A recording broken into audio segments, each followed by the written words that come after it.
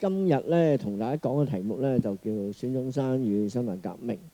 咁啊，但係在此之前咧，首先要即係強調一下嚇，本人並不是孫中山研究嘅專家。其實孫中山嘅研究咧，我諗係我哋叫做顯學啊。咩叫顯學咧？就話好多人研究。咁啊，大家可以想像下一個咁重要嘅人物啊，即係特別係抗戰之後咧。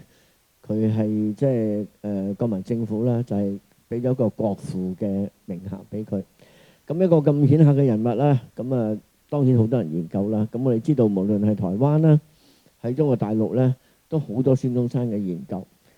但係一段比較長嘅時間咧，孫中山嘅研究都係有問題嘅，就係嗰個客觀性咧係好有問題。因為大家知道啦，如果你喺國民黨管治嘅時候嘅台灣咧，就講到孫中山幾乎一出世就革命㗎啦，即係佢係唔需要受教育嘅，即係佢先天就係一個革命家，即係講到好誇張嘅嚇，即係咁啊，即係起碼我嘅師祖咧，佢研究孫中山嘅時候咧，講到孫中山佢要即係升一個位嘅或者隔一個位嘅，即係大家知道啦，以前講到皇帝嘅時候咧，通常會隔一個位或者頂格啊，即係到第二行升咗去最高嗰度高一格嘅。即係個問題，如果去到咁嘅時候咧，其實你要佢好客觀去睇孫中山咧，就比較困難啊。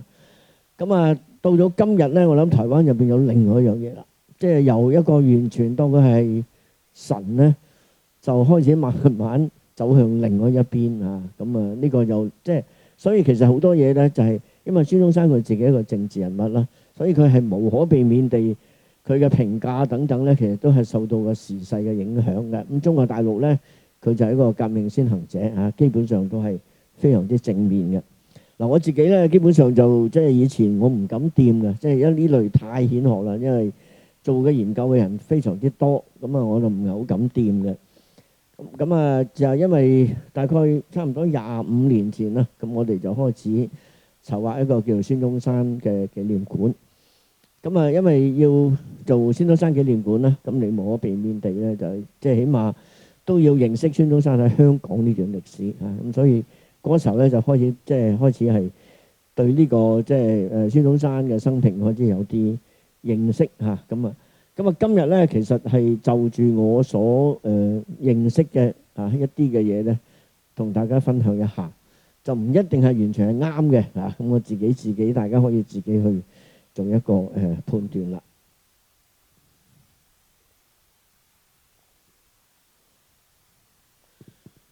首先同大家講嗱，我呢個講座咧，我分咗幾個部分嘅。第一個部分咧就係我首先講啊，孫中山究竟對辛亥革命有咩貢獻？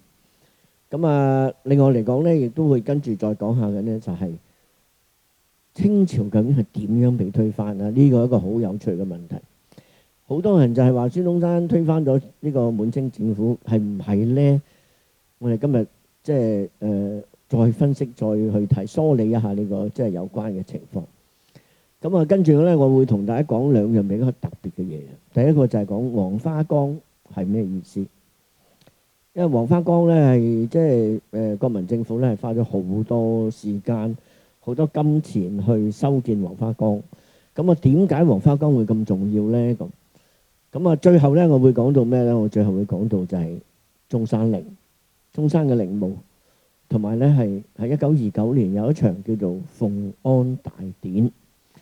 奉安大典咧，其實就係因為將孫中山佢本來係擺咗喺北京碧雲寺嘅然之後將佢嘅靈柩咧運出嚟咧，就送到去南京葬喺呢個中山陵。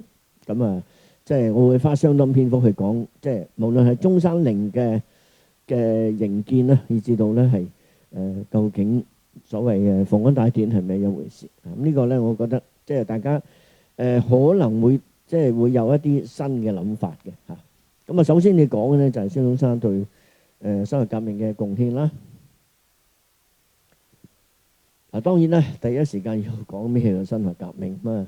辛亥革命咧基本上有兩個定義嘅，一個叫做廣義嘅定義，一個叫做狹義嘅定義。狹義嘅定義咧就係真係1911即係嗰個所謂武昌起義，一路去到咧就係1912年。即係2月中嘅時候咧，就係袁世凱逼呢個呢個宣統帝咧係退位。我諗係呢個時間，我哋基本上可以講一個合意嘅辛亥革命，因為1911年就係辛亥年啊嘛嚇，咁所以主要就係嗰一年所發生嘅事。一個廣義啲嘅睇法咧，就係由孫中山策動嘅第一次起義1895年開始，就一路咧係去到即係最後嗰個即係1912年啦，嗰個結束嗰點係同合意嗰個定義係一樣嘅，只不過咧即係佢會係長一啲啦，由1895年開始嚇。咁啊，首先俾大家睇幅靚仔相先啦。咁呢幅就係孫中山即係最靚仔嗰幅相啦。呢個係17歲，佢喺檀香山翻嚟嗱。我哋知道啦，佢1866年出世，12歲咧就跟咗佢阿媽就去咗檀香山，就投靠佢個阿哥孫眉嚇。咁啊呢個阿哥咧就好難得嘅，因為如果一般嚟講咧，個細佬去到咧10幾歲咧就俾佢做嘢噶啦。咁但係呢個阿哥咧俾佢讀書。而且孫中山讀嘅學校係聖公會嘅學校，咁所以佢咧就係嗱，大家知道啦，佢其實12歲學到幾多中文咧？呢個大 question mark。其實佢去到檀香山就齋讀英文㗎啦，即係所以其實佢跟住全部係讀嘅係英文。讀到佢差唔多17歲嘅時候咧，佢喺嗰邊咧突然間要信教，因為佢讀緊學校咧係聖公會嘅學校，咁所以咧就即係受到基督教嘅影響，我要入教。咁啊，孫眉話有冇搞錯？你入教唔得。咁啊，於是話，我送你翻鄉下啦。咁啊，於是乎咧，佢就翻咗嚟徐亨村啊。我哋即係翻嚟佢鄉下徐亨村。咁佢就同陸浩當兩個人咧，就走去間北帝廟度咧，就將嗰個神嘅唔知扭斷隻手定乜嘢。咁於是乎咧，就4個字：不容於鄉。我揀去你鄉下，你走去搞斷人哋嗰啲神嘅嗰隻手，梗係大逆不道咁，所以佢就要走嚟香港。嗱，走嚟香港咧，佢自然地咧就會走去讀咩咧？佢一定係讀拔萃書室嘅，因為拔萃書室係聖公會學校，好容易解釋嘅啫。因為佢原先讀緊嘅係聖公會學校，自然喺香港去讀聖公會。但係有樣嘢到今日都好奇怪嘅，佢讀咗好短時間啫，跟住就入咗去中央書院，即係今日嘅皇仁書院啦。咁喺皇仁書院一路讀書。其實佢讀下書嘅時候咧，已經翻鄉下結婚㗎啦，因為屋企人催佢結婚。咁啊，於是乎咧就翻咗徐亨村，就娶咗盧慕貞，跟住就生咗1個仔2個女。咁啊，即係呢個就係盧慕貞啦。咁樣樣。咁然之後咧，佢就即係讀到1887年咧，佢就曾經係翻咗廣州，就讀呢個博濟醫院嗰個叫 Canton Hospital 嘅一個醫學院。但係讀咗個好短時間，佢就翻咗嚟香港，因為啲人話：喂，香港開咗間School of Medicine for the Chinese 喎，呢間咧係即係西人教嘅嚇，咁啊用英文教學咁，所以佢就翻咗嚟。咁於是乎咧就喺度讀到大概1893年到啦。讀完之後咧，佢就走咗澳門啦，因為佢個 degree 咧嗰個唔係 degree 嚟嘅，佢讀嗰個香港醫學院係唔承認嘅，醫學會唔承認，所以佢就走咗澳門。澳門就行醫。咁然之後慢慢開始就走上咗革命之路啦。咁啊，所以佢就即係我哋睇到嘅就係佢喺香港主要嚟講咧，就係佢結識咗2班人。咁啊，第一班就係4大寇啦嚇，大家都會認得㗎啦。嗰個著名嘅4大寇就係呢個楊學齡孫中山跟住就陳少白咁最後嗰個就係游烈。咁而家後邊咧就企咗一個咧。就係叫關景良。關景良係唔係4大寇嘅，所以咧我哋要發現好多相係將佢抹咗嘅，因為覺得佢係多餘啊，所以唔革命冇咗你，咁所以就抹咗佢嚇。咁啊，其實好多㗎，大家上網睇下，幾乎喺台灣你見到嘅所有呢幅相都係冇咗關景良嘅。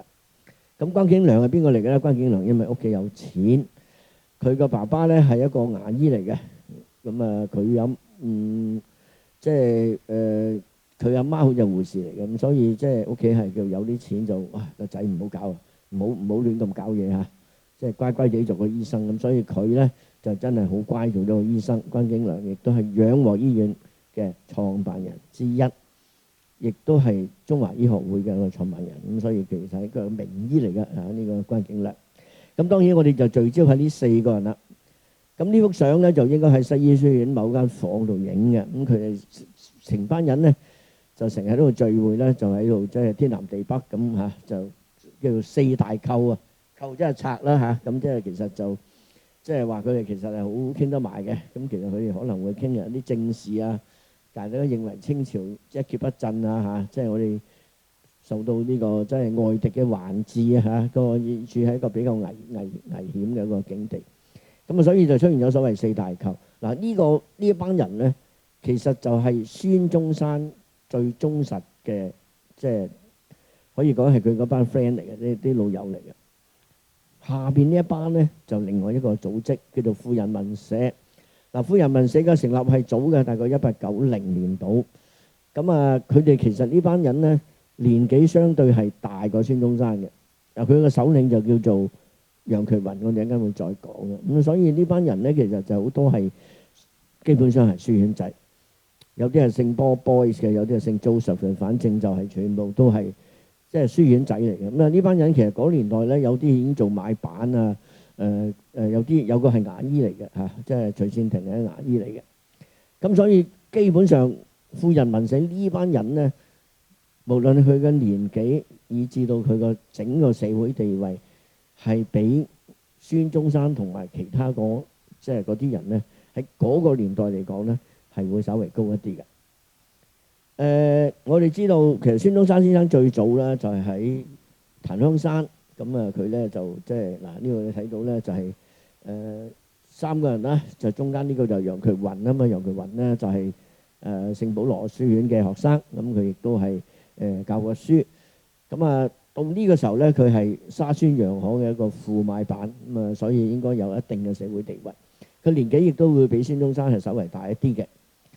佢個左手邊呢個謝纘泰咧，就係嚟自喺澳洲翻嚟嘅，亦都係中央書院，即係亦都係即係呢個黃仁嘅學生。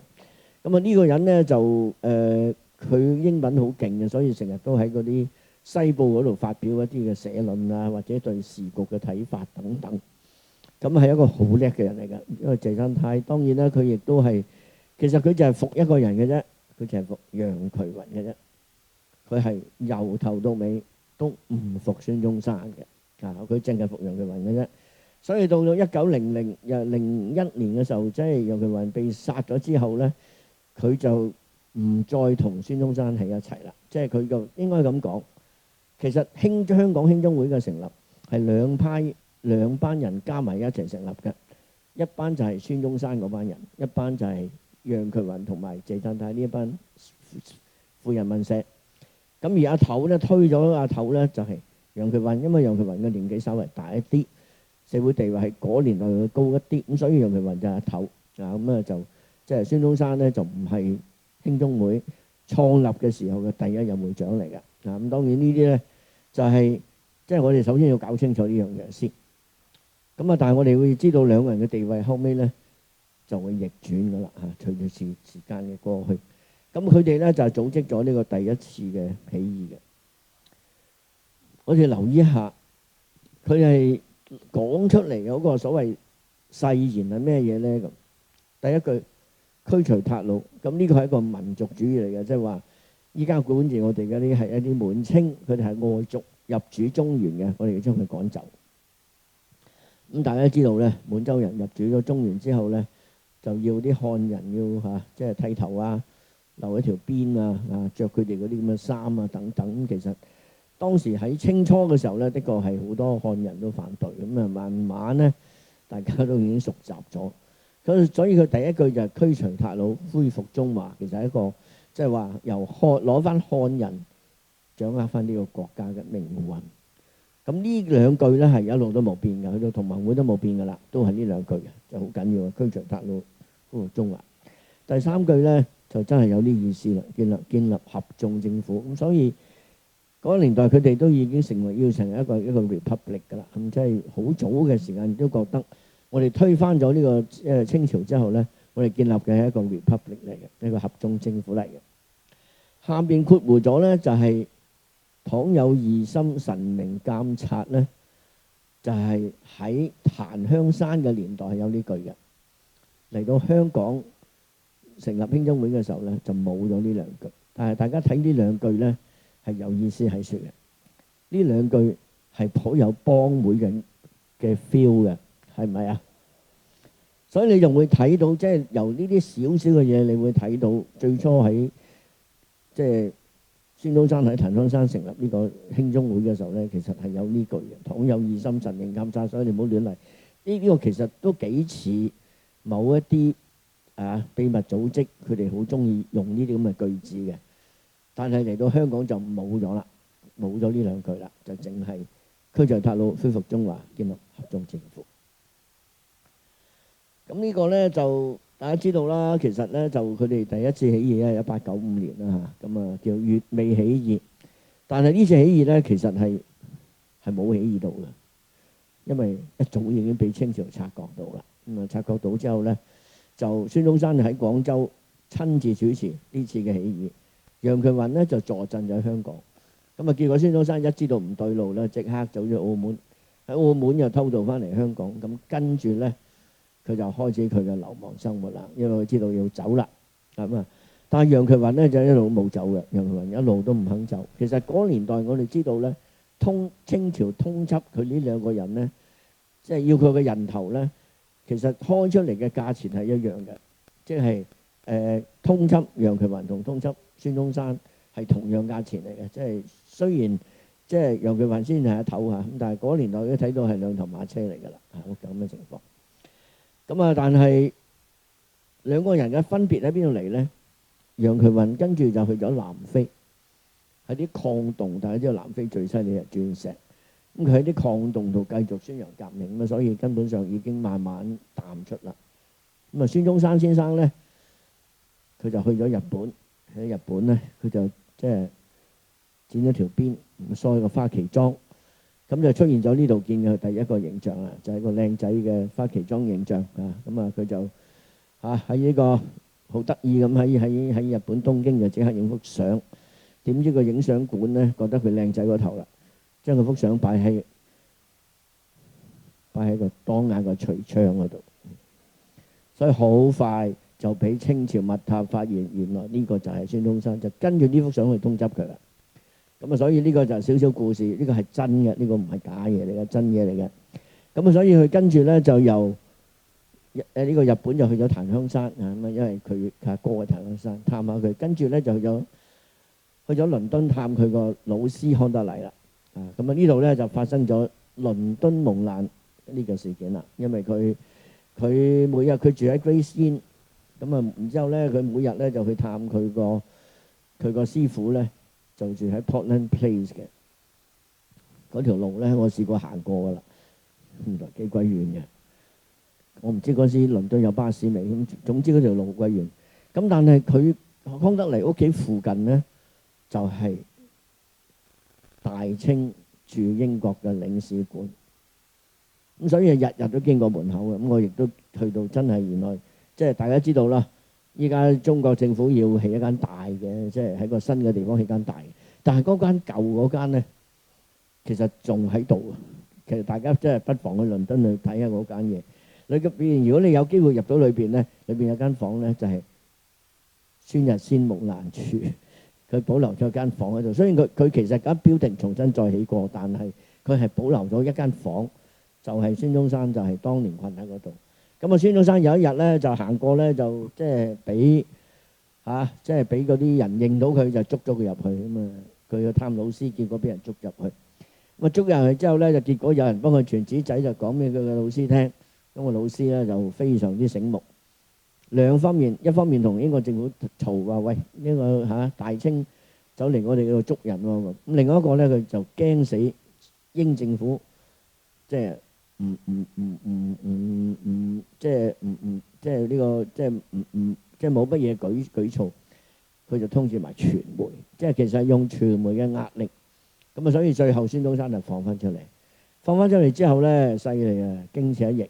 啲報紙就賣到周圍都係孫中山就係反清志士，即係佢已經係成為一個代名詞啊！所以一講到要推翻清朝嘅時候，佢就係唯一嘅一個革命家。嗱，呢個 image 咧對孫中山嘅後來嘅幫助係非常之大。即係呢個係幫助非常之大，因為人哋一講到即係外國傳媒一講到革命家係邊個，就係新一聲，就係新一聲。咁所以，然之後佢就喺呢個大英圖書館又喺度坐咗一大輪，咁又睇咗好多書。咁之後咧就翻咗去日本。咁而楊衢雲亦都翻咗去日本。嗱，咁呢幅相就好有意思嘅。呢幅相你睇下邊個坐喺邊度，你就知道邊個重要過邊個噶啦。咁你睇下咧就係即係喺呢度。嗱，你睇見啦，楊衢雲就坐喺呢度係嘛？孫中山係企喺度。但係呢幅相有啲怪嘅，因為好似每個人嘅目光都唔知望去邊嘅，所以我一路都覺得呢啲相其實同孫中山有關嘅相好多都古靈精怪，都唔知搞乜鬼嘅。咁啊，前面呢啲仲咩啲兩個好似唔知望咗去邊咁。咁啊，呢兩個望呢邊嘅，呢個望呢邊嘅，咁就即係大家都唔係望鏡頭嘅，呢樣比較怪啲嚇。咁所以你睇到咧就係孫中山，既然大家知道啦，佢既然企佢坐咧，就係話，起碼呢個時候興中會嘅會長仍然係楊衢雲。咁啊，後邊嗰個好高嗰個叫做宮崎滔天啊，嗰個係一個日本浪人嚟嘅嚇。咁佢係孫中山嘅忠實支持者嚇，因為孫中山喺日本好多即係好多粉絲啊，好多人跟佢嘅。咁呢個係戊戌啦，大家知道係1898年影嘅。咁啊之後應該好快咧就。楊衢雲亦都知道孫中山嘅名氣好大，咁所以就將嗰個興中會嘅位就讓咗俾孫中山。嗱，大家睇到啦，就係呢個。你諗下咁樣賣報紙一賣咧，其實就已經全世界都知道，哦，呢個就係反清嘅事，有埋幅相添，係嘛？咁所以就即係呢樣嘢對於孫中山個形象嗰個塑造咧係好有幫助嘅，就係佢就係革命家，中國。佢哋唯一識嘅革命家就係孫中山。咁啊，孫中山喺日本咧，其實都住咗相當長嘅時間嘅，即係因為孫中山其實佢一生人咧係真係顛沛流離，其實真係我諗我成日同朋友都傾咧，我話佢一生人咧，我諗佢除咗係由出世到就香港讀書或者即係。喺香港讀醫嘅時候咧，即係嗰段時間應該係佢一生人裏邊最舒服嘅時候。之後咧，由佢開始革命開始咧，根本上冇一日係可以坐得定嘅，根本上好辛苦。一路到佢去世咧，都係即係顛沛流離，係好慘。咁好啦，咁啊於是乎咧就好多即係由1900年開始咧，就好多唔同嘅革命團體出現啦。咁啊喺湖南啊好多地方都有活動嘅。咁啊，跟住通緝，跟住走上嚟日本，所以咧，日本就成為嗰啲所謂即係反清志士聚埋一齊嘅地方啊！咁啊，於是乎佢哋覺得不如我哋唔好各自行動啦，我哋不如大家一齊組織一個會咧，就係同盟會。同盟會就係將3個最主要嘅會係合併而成嘅，咁就係興中會、華興會同埋光復會3個會即係合作。就成立一個叫同盟啦嚇，即係呢個同盟，即係你一睇個意思就知道係大家合埋一齊。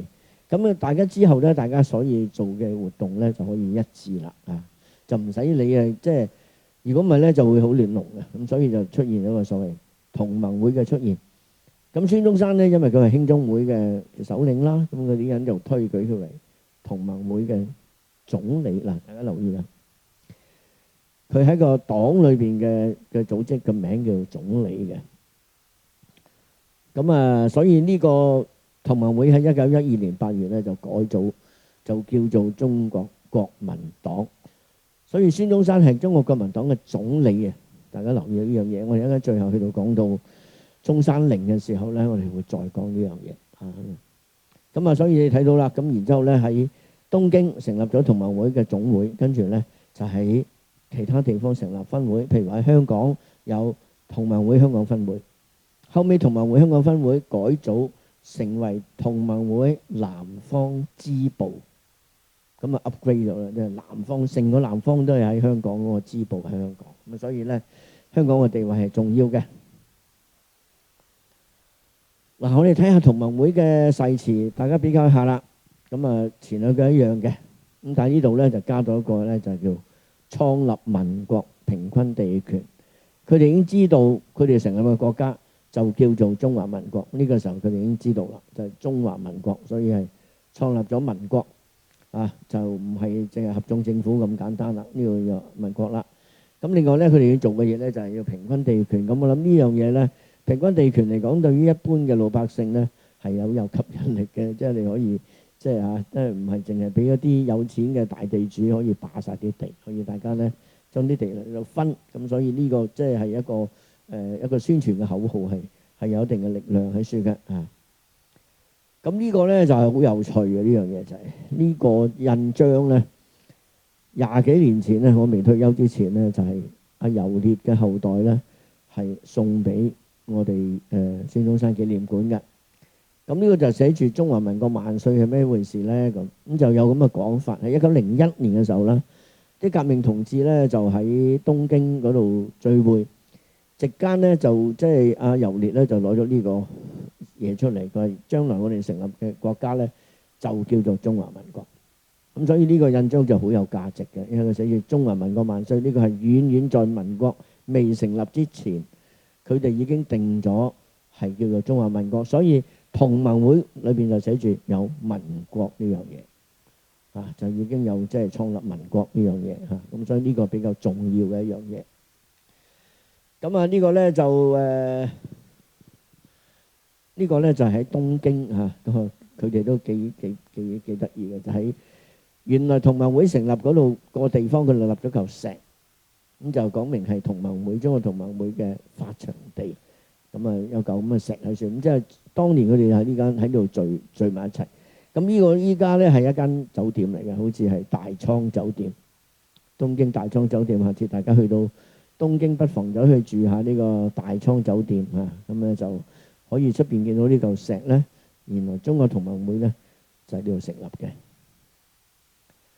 咁但係同盟會其實成立咗冇幾耐咧，就出現問題。你諗下，華興會、光復會加埋興中會，其實大家好多外省人。表面上係服你嘅啫，實際上係咪服你係另外一回事。所以其實同盟會幾乎好快就分裂，裏邊有唔同嘅聲音。咁所以咧就亦都到呢個時候咧，日本政府就開始叫孫中山走啦，你唔好再喺日本啦。咁其實你睇到原來會發生嘅噃，因為清廷咧係施壓，就話喂，你唔可以俾一班異見分子喺你個地方嗰度搞震嚟到反我嘅喎。咁所以結果呢個日本政府咧，當時就要孫中山走。孫中山走去邊咧？佢首先就走咗去新加坡。走咗去新加坡咧，就即係呢幅相肯定喺萬晴園影㗎啦。萬晴園咧就係佢就係佢嘅即係佢為咗佢阿媽養老咧，就起咗嗰個叫萬晴園啊。咁佢叫咩名啊？陳咩唔記得咗添。咁呢度有幾個都係孫中山啲粉絲嚟嘅，即係喺度幫孫中山革命嘅。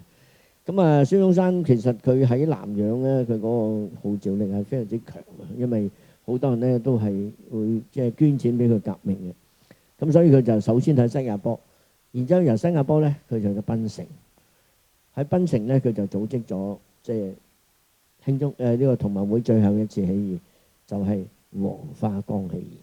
所以黃花崗起義就唔喺新加坡，係檳城。其實佢一路上嘅，佢喺新加坡一路咁上去即係咩太平怡保一路咁樣上，最後上到去就係去到檳城啦。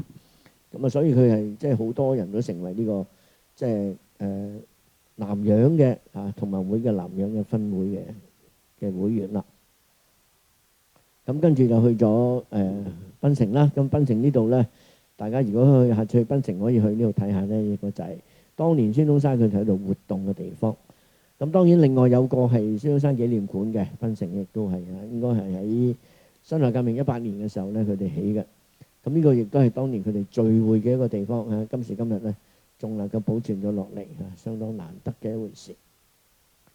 咁呢度咧就係一站名單咧，就係孫中山興中會嘅時候咧，就頭兩個起義。第一個起義乙未廣州起義咧，就係冇起義到嘅。一開始已經俾人發現，就已經即刻冇，即係一槍都未燒過。咁啊，惠州三州田起義咧就真係打起上嚟，咁啊打得幾勁嘅呢場係。咁然之後咧就係同盟會嘅起義啦，即係頭兩個係興中會嘅起義，跟住嗰啲全部係同盟會嘅起義。咁啊，當然去到最後就係黃花崗起義，我哋一陣間會花少少時間講下乜嘢叫做黃花崗起義。咁呢個咧真係都值得大家去研究嘅一個嘢。咁啊，同埋呢個問題，你睇下呢一紮地方咧，除咗雲南河口起義之外咧，全部都喺廣東省嘅，全部係廣東省嘅，冇離開過廣東省。咁啊，大家話唔係喎，你欽州、防城、鎮南關嗰啲咪喺廣西，但係嗰年代佢哋係屬於廣東。其實係新中國成立之後，佢哋覺得廣西冇海岸線，所以先將喺雷州半島以西嘅地方劃咗入去廣西嘅啫。呢個地方以前屬於廣東嘅，所以欽州、廉州喺呢個時候係屬於廣東咁，所以佢係成個起義，除咗雲南呢一次之外咧，全部都係喺廣東省。咁啊，值得留意嘅咧就係1910年嘅所謂新軍起義。嗱，叫做起義，我哋從另一個角度嚟睇，佢叫做兵變。對於統治階層嚟講，佢最驚嘅唔係革命黨，最驚係兵變，因為兵原先係去保護即係統治階層嘅，所以如果嗰啲兵都信唔過咧，佢哋又驚到不得了。咁所以我哋香港有個好出名嘅家族，姓許嘅家族咧，其實佢哋就係許應葵。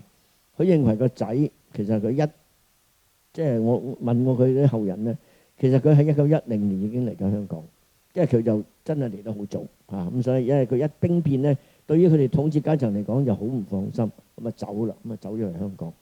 咁佢又走得快喎，因為咧佢竟然將佢宣祖所有嘅袍服、試卷全部攞晒落嚟香港，齊晒嘅。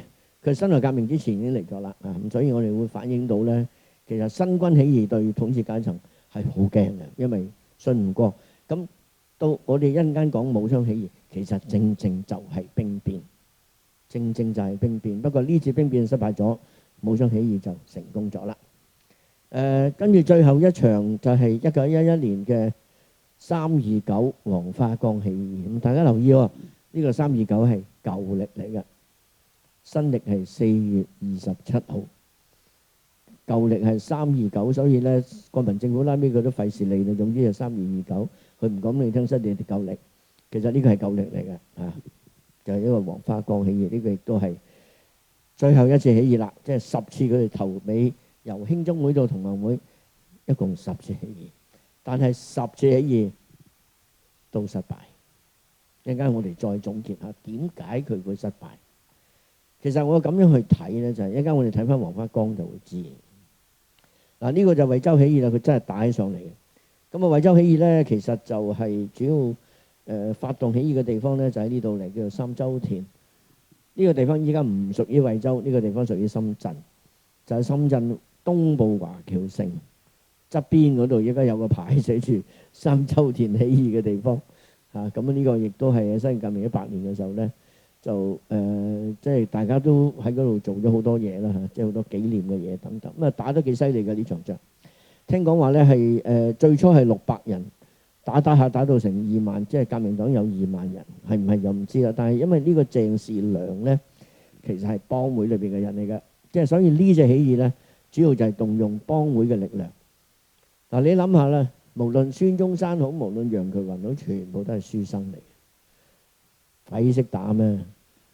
所以佢又要靠各樣嘅嘢嚟打啦。即係譬如話新軍點解會起義咧？就因為受到佢哋呢班革命黨個思想嘅影響，覺得呢個清朝真係腐敗不堪，我哋要推翻佢，然之後大家講到係嗰啲滿洲人嚟嘅喎，我哋漢人受到壓榨咁。其實呢種思想喺個軍隊裏邊亦都受到即係傳播得好犀利。咁當然另一個問題咧就係。新軍咧，晚清嘅時候咧，要辦新軍嘅時候咧，就好多時咧係派一啲嘅，即係嗰啲嘅軍隊裏邊嘅人咧，就派佢去日本嗰度讀書，特別係讀呢個所謂士官學校啊。咁所以呢班人去到日本咧，點不知咧，就竟然咧係群埋去孫中山佢哋喎，受到佢哋思想影響㗎啦。呢個其實就種下咗後嚟嘅起義，到晚清武漢即係呢個武昌起義之後，各地紛紛起義咧，其實就同呢個好有關係嘅，就係因為佢哋以為最信得過嘅人啊，嘅最後咧就係反佢哋嗰班。咁呢度呢個就係鄭士良，就係幫會人嚟嘅，呢個亦都係孫中山嘅同學。不過就據說話佢唔係點上堂嘅，佢都係志在即係一講起革命佢就好精神喎，聽講話。另外一個咧就叫做鎮南關啊，鎮南關呢個地方嘅名咧就好有趣嘅，因為我不嬲都覺得呢個地方名好有趣，因為咧我哋同越南關係唔好嘅時候咧就叫做鎮南關，依家係叫做友誼關。曾經改過㗎，即係我哋嗰陣時同越南打嘅時候都改過名嘅，再唔係友誼㗎啦，咁就係不斷變嘅呢啲咁嘅地方名啊。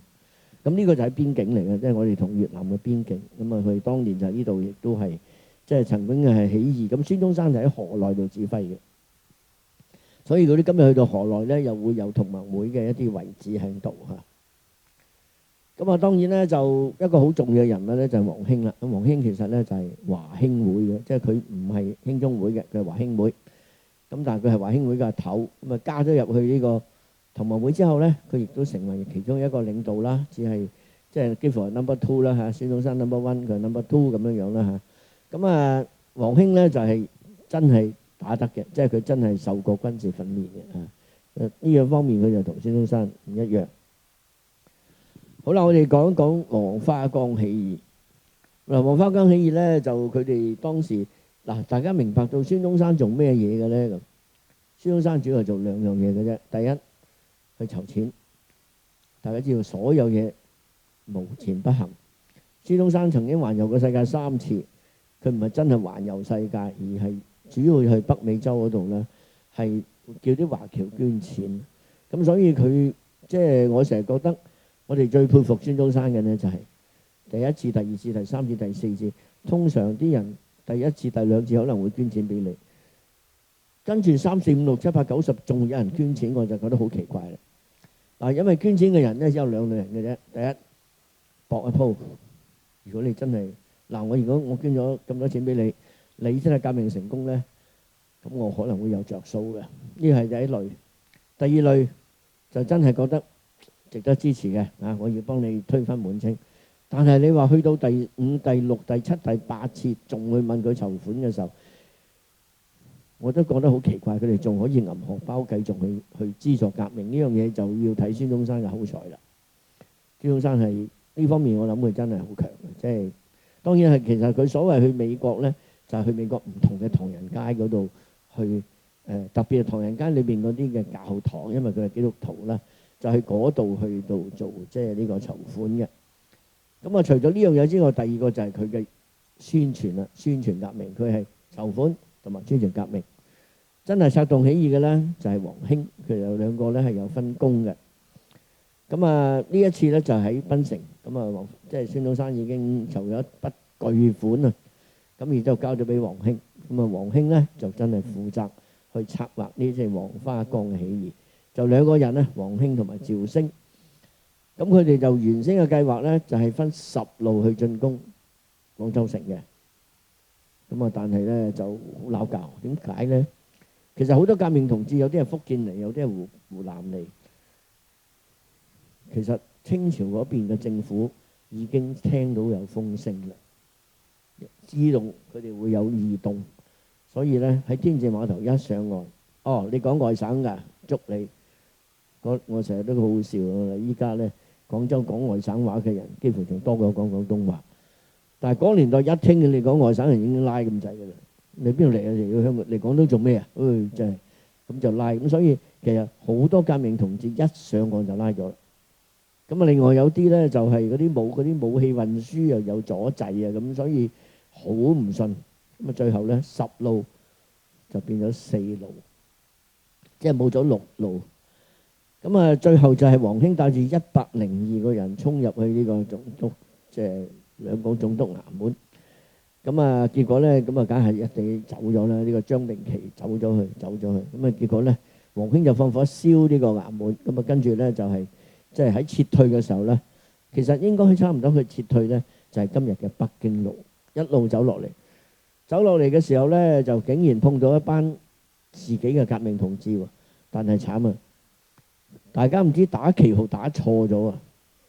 因為唔識嘅，其實大家都唔識嘅，都係知道佢哋都係同盟會嘅會員。咁呢度咧打錯旗號，結果自己打自己。咁啊，當然亦都係有李準呢個人好犀利嘅。呢個李準係水師提督，呢個非常有名嘅。咁啊，李準咧亦都係即係捉到嚟。咁啊，結果咧就打傷咗黃興。黃興啊打親隻手指嚇。咁啊，黃興就走咁啊去咗河南，即係喺廣州市嘅對面就河南啦。咁去咗河南咧就揾到一個即係叫徐宗漢嘅女同志。咁啊，徐宗漢女同志咧就幫佢包紮，跟住咧就陪佢嚟香港，就走咗去呢個雅麗氏醫院啊，去到即係去做手術嚇。咁啊嗱咁嘅講法嘅，做手術嘅時候咧，梗係問話你有咩親人啊？咁要有人擔保啊。咁呢個唯有話徐宗漢係佢老婆啦。咁所以最後真係做咗佢老婆，呢個後話啦嚇，即係有少少即係咁嘅嘢咧。咁所以佢老婆就係呢個救咗佢一命嘅呢個人啦嚇。咁啊好似咁啊呢個咧就係嗰個今時今日咧，你可以去呢個小東門咧，仲有一個叫黃花崗起義嘅一個遺址嘅紀念館嘅。咁當然裏邊其實冇咩睇嘅啦，有啲地圖啊、啲相啊咁等啊。嗱，其實佢係咁樣嘅。小東門喺邊度嚟嘅咧？小東門大概喺呢度嚟啦。小東營啊，sorry，喺小東營咧就打呢個兩廣總衙門。咁啊，總督咧就走咗上去呢邊，佢自己就唔知，佢就燒咗呢度之後咧，跟住喺度一路走落嚟，走到呢度附近咧就即係碰上即係呢啲佢革命同志自己打自己，咁就碰上李準嘅兵啦。咁跟住佢走呢度咧，就過海就去咗河南。咁啊，即係呢度有個圖俾佢睇到佢點樣即係當時嘅起義。呢個就係今日仲喺度嘅，不過唔係叫兩廣總督衙門啊，依家係廣東省政府嘅某個機構嚟嘅。咁呢個就係佢個遺址嚟嘅。咁呢個咧就係捉到嘅呢班人啦嚇。咁啊，大家知道咧就係即係72烈士啦，大家都知道。其實當然係唔止72個，但係大家諗一諗，究竟呢場起義有幾多人參與咧？咁其實係出奇地少。你諗下，黃興帶住120個人，佢要去推翻一個政府，合唔合理咧？其實冇可能嘅。就算係廣州一個咁樣嘅政府，嗰啲兵都數以萬計，你幾百人，其實佢就算俾齊佢10路，我諗都唔會超過1000人。喺咁嘅情況底下，你喺個城市裏邊要推翻一個政府，要捉嗰兩廣總督，其實係機會唔大咯，係嘛？我一陣間我會將佢哋嘅即係傷亡人數同武昌起義比較一下。咁你反轉頭你就會諗下，喂，咁嘅起義點會成功啊？當然我哋傳統上吹到好大啦，當然亦都係死咗好多革命同志，呢個係事實。但係你話咁樣規模嘅起義可唔可以推翻一個政府咧？我就真係好懷疑啊！就係咁樣樣。咁啊嗱，佢係第10次起義啦嚇。咁啊，然之後咧就係即係籌募巨款，各省革命黨人精鋭盡出。咁啊，所以其實大家都係即係知道係要搏命噶啦。咁啊，至於你話佢係咪即係好多嘅講法都話佢係規模最大嘅一次，咁我就覺得好奇怪。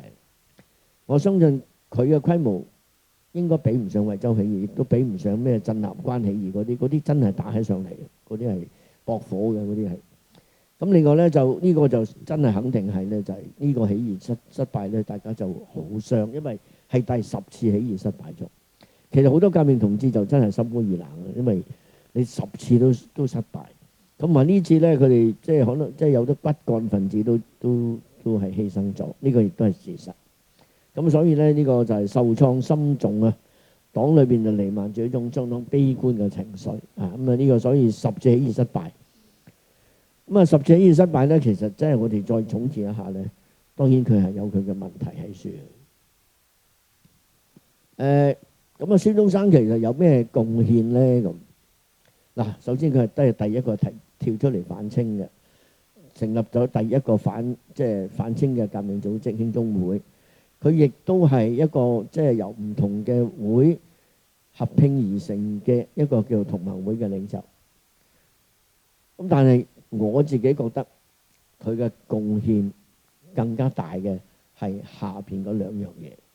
呢個我哋一陣間先再講。一個咧就係其實佢係咁多好多人都要推翻滿清啊，但係真係提出好多綱領，提出一個所謂建國嘅一個綱領嘅咧，就真係只有孫中山一個。咁呢方面佢嘅係的確我哋唔能夠忽視嘅。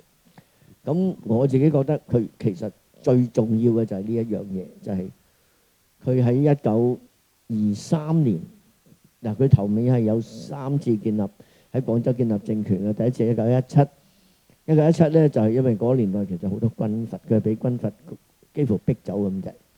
第二次咧就俾陳炯明叛變，佢就走咗。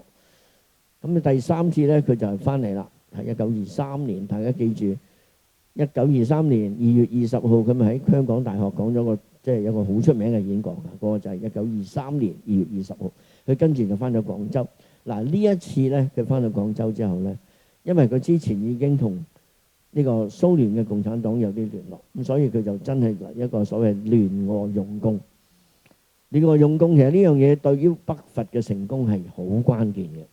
如果冇蘇聯嘅幫助，佢成立唔到黃埔軍校，因為黃埔軍校嘅教官啊好多其實都係根據蘇聯嘅模式，所以喺呢方面嚟講，孫中山個聯俄用共當然同時亦都導致佢自己裏邊嘅黨員有啲唔認同嘅，有啲反對嘅，好似胡漢民呢啲咧係反對嘅。咁但係你唔能夠否認就係因為咁咧係加強咗嗰個力量。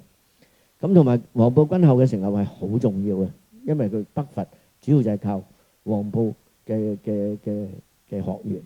咁另外就係舉行咗第一中國國民黨嘅第一次全國代表大會。嗱，呢個非常重要，即係話所有嘅國民黨嘅代表嚟到廣州一齊開會，大家認咗一啲方針，就跟住嗰樣嘢去做。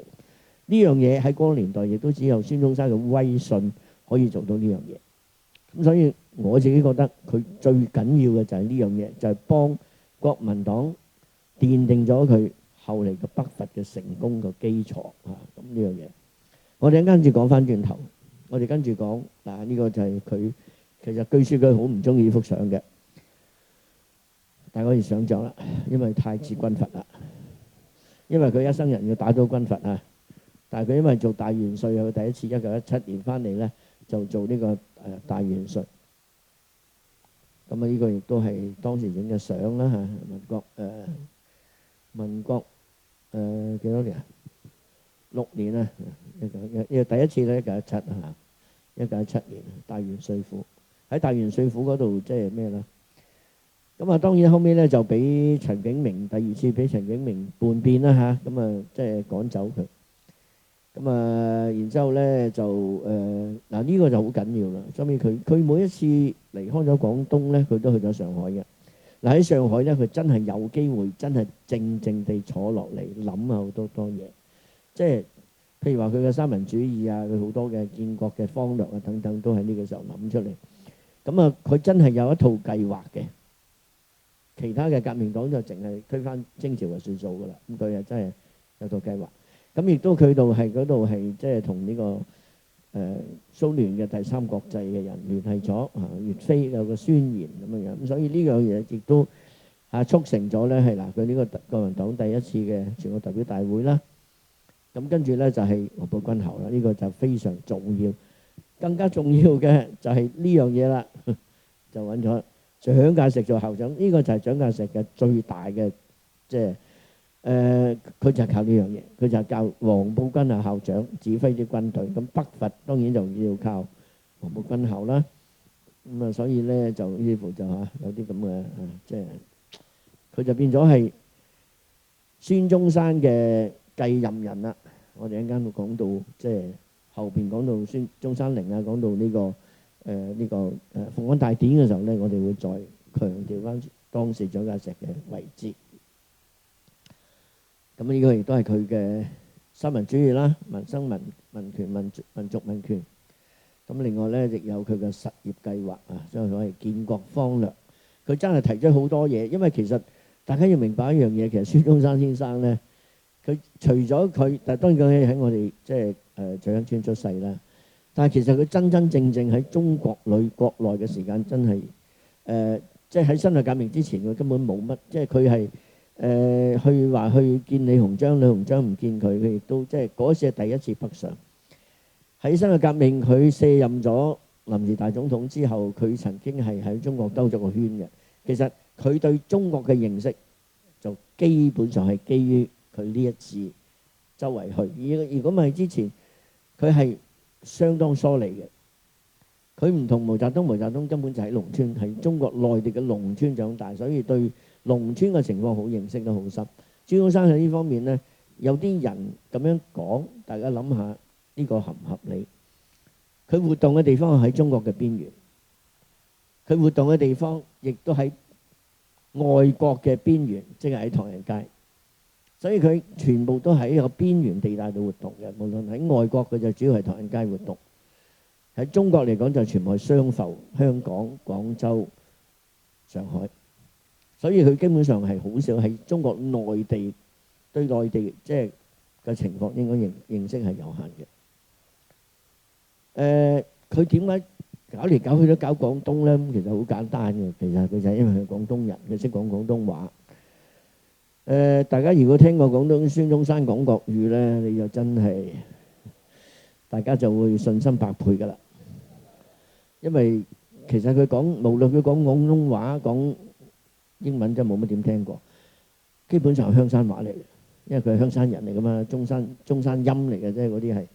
咁所以佢對最熟嘅就係今日所謂大灣區，佢最熟嘅就係即係澳門、香港同埋廣州，佢係最熟㗎啦。咁所以佢咪即係同埋佢班革命同志嗰個年代攬埋都係廣東人，佢班金主又係廣東人。咁所以喺咁嘅情況底下咧，佢係有佢嘅局限性喺度嘅。我哋咁樣睇，但係你又唔能夠否認一樣嘢係成功嘅，因為最後的確北伐係由廣州出發，直搗黃龍。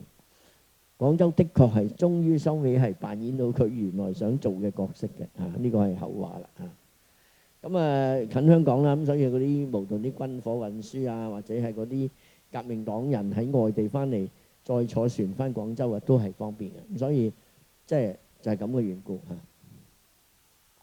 好啦，我哋跟住講一樣大家未必好熟悉，但係實際上非常重要嘅嘢，就係晚清嘅立憲。由呢度開始講起，大家都知道1900年發生乜事㗎啦，就係呢個即係因為義和團嘅事件引發咧係八國聯軍就佔咗呢個紫禁城。咁於是乎咧，慈禧就走啦。咁慈禧咧就帶住光緒皇帝，咁佢哋即係假意揾個名堂啦嚇，咁啊去打獵，去西邊打獵西狩。咁我哋知道咧，咸豐當年咧就係即係英法聯軍打入北京嘅時候咧，佢又去打獵啦。去咗邊咧？佢去咗熱河，即係承德。咁啊，最後亦都死咗喺承德。嗱，哇，好狼狽啊！其實慈禧捉埋光緒一齊走咗去西安。其實沿途咧真係非常狼狽，我嗰啲細女都未試過咁樣樣。咁於是乎佢就真係知道咗咧，就咩咧？就係即係冇得傾啊！真係要改革，即係佢知道唔改革就死㗎啦。咁當然大家睇到呢個畫面就好陰公嘅。睇呢個，你睇下佢，去到邊嚟？佢啊，呢個咪李鴻章，你睇佢咁嘅樣，佢跟住就死啦。即係簽咗呢個辛丑條約，跟住佢就過身啦。咁所以即係又孭埋呢個鑊就孭埋，因為人哋好咗慘嘅，你去日本人淨係認李鴻章，咁樣辦法啫。啲西人淨係認李鴻章，其他人佢哋都冇得傾，都唔同你即係聯絡添。咁一定係李鴻章，所以咧佢又孭埋呢一次啦，就係呢個辛丑條約。好啦。慈禧覺得唔得啦，係真係要改革啦，好多人都話要改革啊，因為我哋知道1898年嘅時候，其實康有為佢哋拜日維新嘅時候都話要改革，咁嗰陣時就即係鎮壓咗啦。咁啊，依家咧就佢就即係喺1901年咧個下詔真係要行新政啦。咁於是乎1905年咧就派咗5個大臣去海外兜咗個圈，環遊世界去考察咩叫做憲政。其實主要嚟講咧就係要君主立憲啦。咁有人同佢講話，喂，你睇下隔離日本幾成功，君主立憲係咪？明治天皇嘅威水啊，都冇影響到佢嘅威信。咁啊，慈禧話好啦，咁啊改革啦。咁啊，所以咧就開始改革啦。咁啊，點樣改革法咧？咁嗱，去到1908年咧，其實就係分兩步嘅。首先就喺每一個省嘅省會設立一個叫做諮議局。諮議局者就係 consultation 嘅啫。其實冇乜，即係唔係話要拍板嘅，但係佢個即係主要係一個諮詢嘅作用。但係呢個諮會成立嘅時候咧，佢係講明咧係一定要有公名嘅，即係成為諮議局嘅 member 咧，一定要有公名，即係話一定係有進士啊，起碼係舉人啊，即係咁樣樣。其實就係肯定呢班人係受過儒家思想嘅薰陶，亦都係忠君愛國嘅。咁所以佢就要呢班就係紳士士紳。咁啊開始呢班人咧，佢成立呢個咁嘅組織之後咧，呢班人就開始積極參與地方嘅政事啦。嗱，個構思咧係咁嘅，先喺地方設立呢個諮議局，最後就喺北京首都開議會，係兩步嘅。首先喺地方，然後喺中央。咁啊，但係咧就遲遲都唔肯開喎。啲人就猛追佢啦，搞錯，你班人好似冇心機嘅。最初要話5年，跟住又10年，咁所以都唔知想點。咁所以就其實引起地方上有啲人已經覺得，喂，你係咪真㗎？咁啊，但係更加糟糕係咩咧？更加糟糕就係喺1909年嘅時候咧，慈禧同光緒咧係相繼逝世。咁啊，慈禧咧就係遲一日，光緒就早佢一日。咁依家已經真相大白啦，因為大家已經即係喺光緒嘅遺體嗰度揾到好重嘅砒霜。咁呢樣嘢依家係確定咗㗎啦，已經確定咗啦，就係佢俾人毒死㗎。咁邊個毒死佢咧？諗都唔使諗啦。既然慈禧係佢後一日死，慈禧亦都知道自己時日冇多，先揾人毒死咗光緒，因為佢好驚光緒，因為光緒一路係俾佢禁閉住嘅，咁啊佢驚佢咧。如果慈禧係死得早過佢咧，咁就驚光緒去幫佢翻案，明唔明啊？咁所以就先毒死佢。但係咧，佢唔知道咧，其實毒死咗光緒，其實就奠定咗清朝係要冧噶啦。因為你諗下，如果慈禧死咗，光緒仲喺度咧，其實我哋以後一路講嘅嘢未必可以成功嘅。呢個係關鍵嚟嘅，所以佢毒死咗佢，其實自己就真係累死咗成個清朝。毒死咗佢就變咗你整個3歲嘅小朋友真係廢嘅，係人都知道係廢嘅。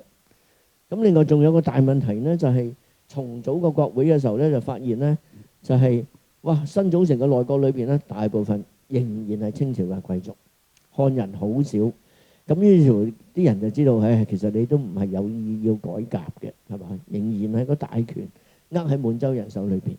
咁所以其實大家嘅心就開始好不滿啦。所以因為咁嘅緣故咧，喺武昌起義之後咧，每一個省佢哋就重新去審視，究竟應該係繼續跟清朝，抑或跟革命黨。咁然之後一個個省就用一個好似骨牌嘅形式咁樣冧。其實清朝係咁樣冧嘅，每個骨牌冧下冧下冧下冧下。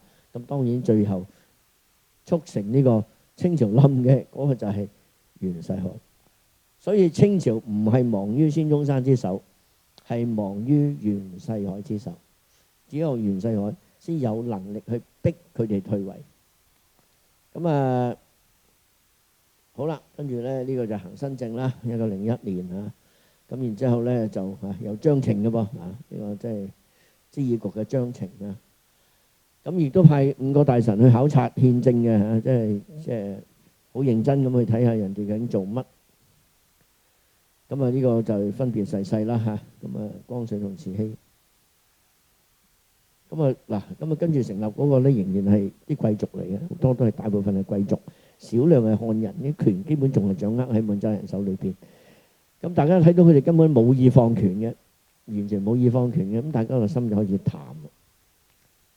啊，但係咧就留意一樣嘢喎，啲諮議局咧係好過癮嘅喎，因為諮議局係一樣西方嘅嘢嚟嘅，所以各地開起嘅諮議局咧全部都係西式嘅，咁部分係保留咗落嚟嘅。呢個係順直，順就係順天府，直就係直隸嘅，即係應該河北。咁呢個係廣東諮議局。咁啊，呢個咧就係今日嘅廣東近代史博物館啊。其實有意思嘅，你睇佢真係啲羅馬柱咁樣嘅一個羅馬式嘅一個建築物啊，幾靚嘅呢間嘢，好完整地保存咗落嚟。原來呢個就係廣東嘅諮議局，裏邊係咁樣樣嘅。依家特登整到扮到真嘅一樣。我有一次喺度講 talk，哇！真係超級有 feel。即係你諗喺咁嘅氛圍底下講 talk，真係差同依家呢個差好遠嘅真係。下次去講好。嗱，呢個咧就係江蘇諮議局啊，後面亦都係即係又係成為國民黨嘅一個總部嚟。你睇下呢個幾靚，江蘇諮議局係咁樣嘅，哇！呢個建築物，所以你睇見佢哋花咗好多錢去起啲硬件，起咗間好靚嘅諮議局，咁而家俾啲人喺度開會啊。廣東嗰間算細㗎啦，你睇人啲幾大間。咁另外咧就係湖南，跟住就山東，跟住就湖北。嗱，湖北呢個咧就係今時今日咧就係辛亥革命紀念館啦。啊，呢個就係辛亥革命成功之後嘅軍政府就設喺呢度嚟。佢亦都係湖北嘅諮議局。好啦，於是啲人就嘈啦，話喂，快啲開國會咯喎，點解你一路拖咧咁？咁所以就出現好多嗱，你因為將啲士紳組織起上嚟咧，結果嗰樣嘢就變咗係一種力量啦。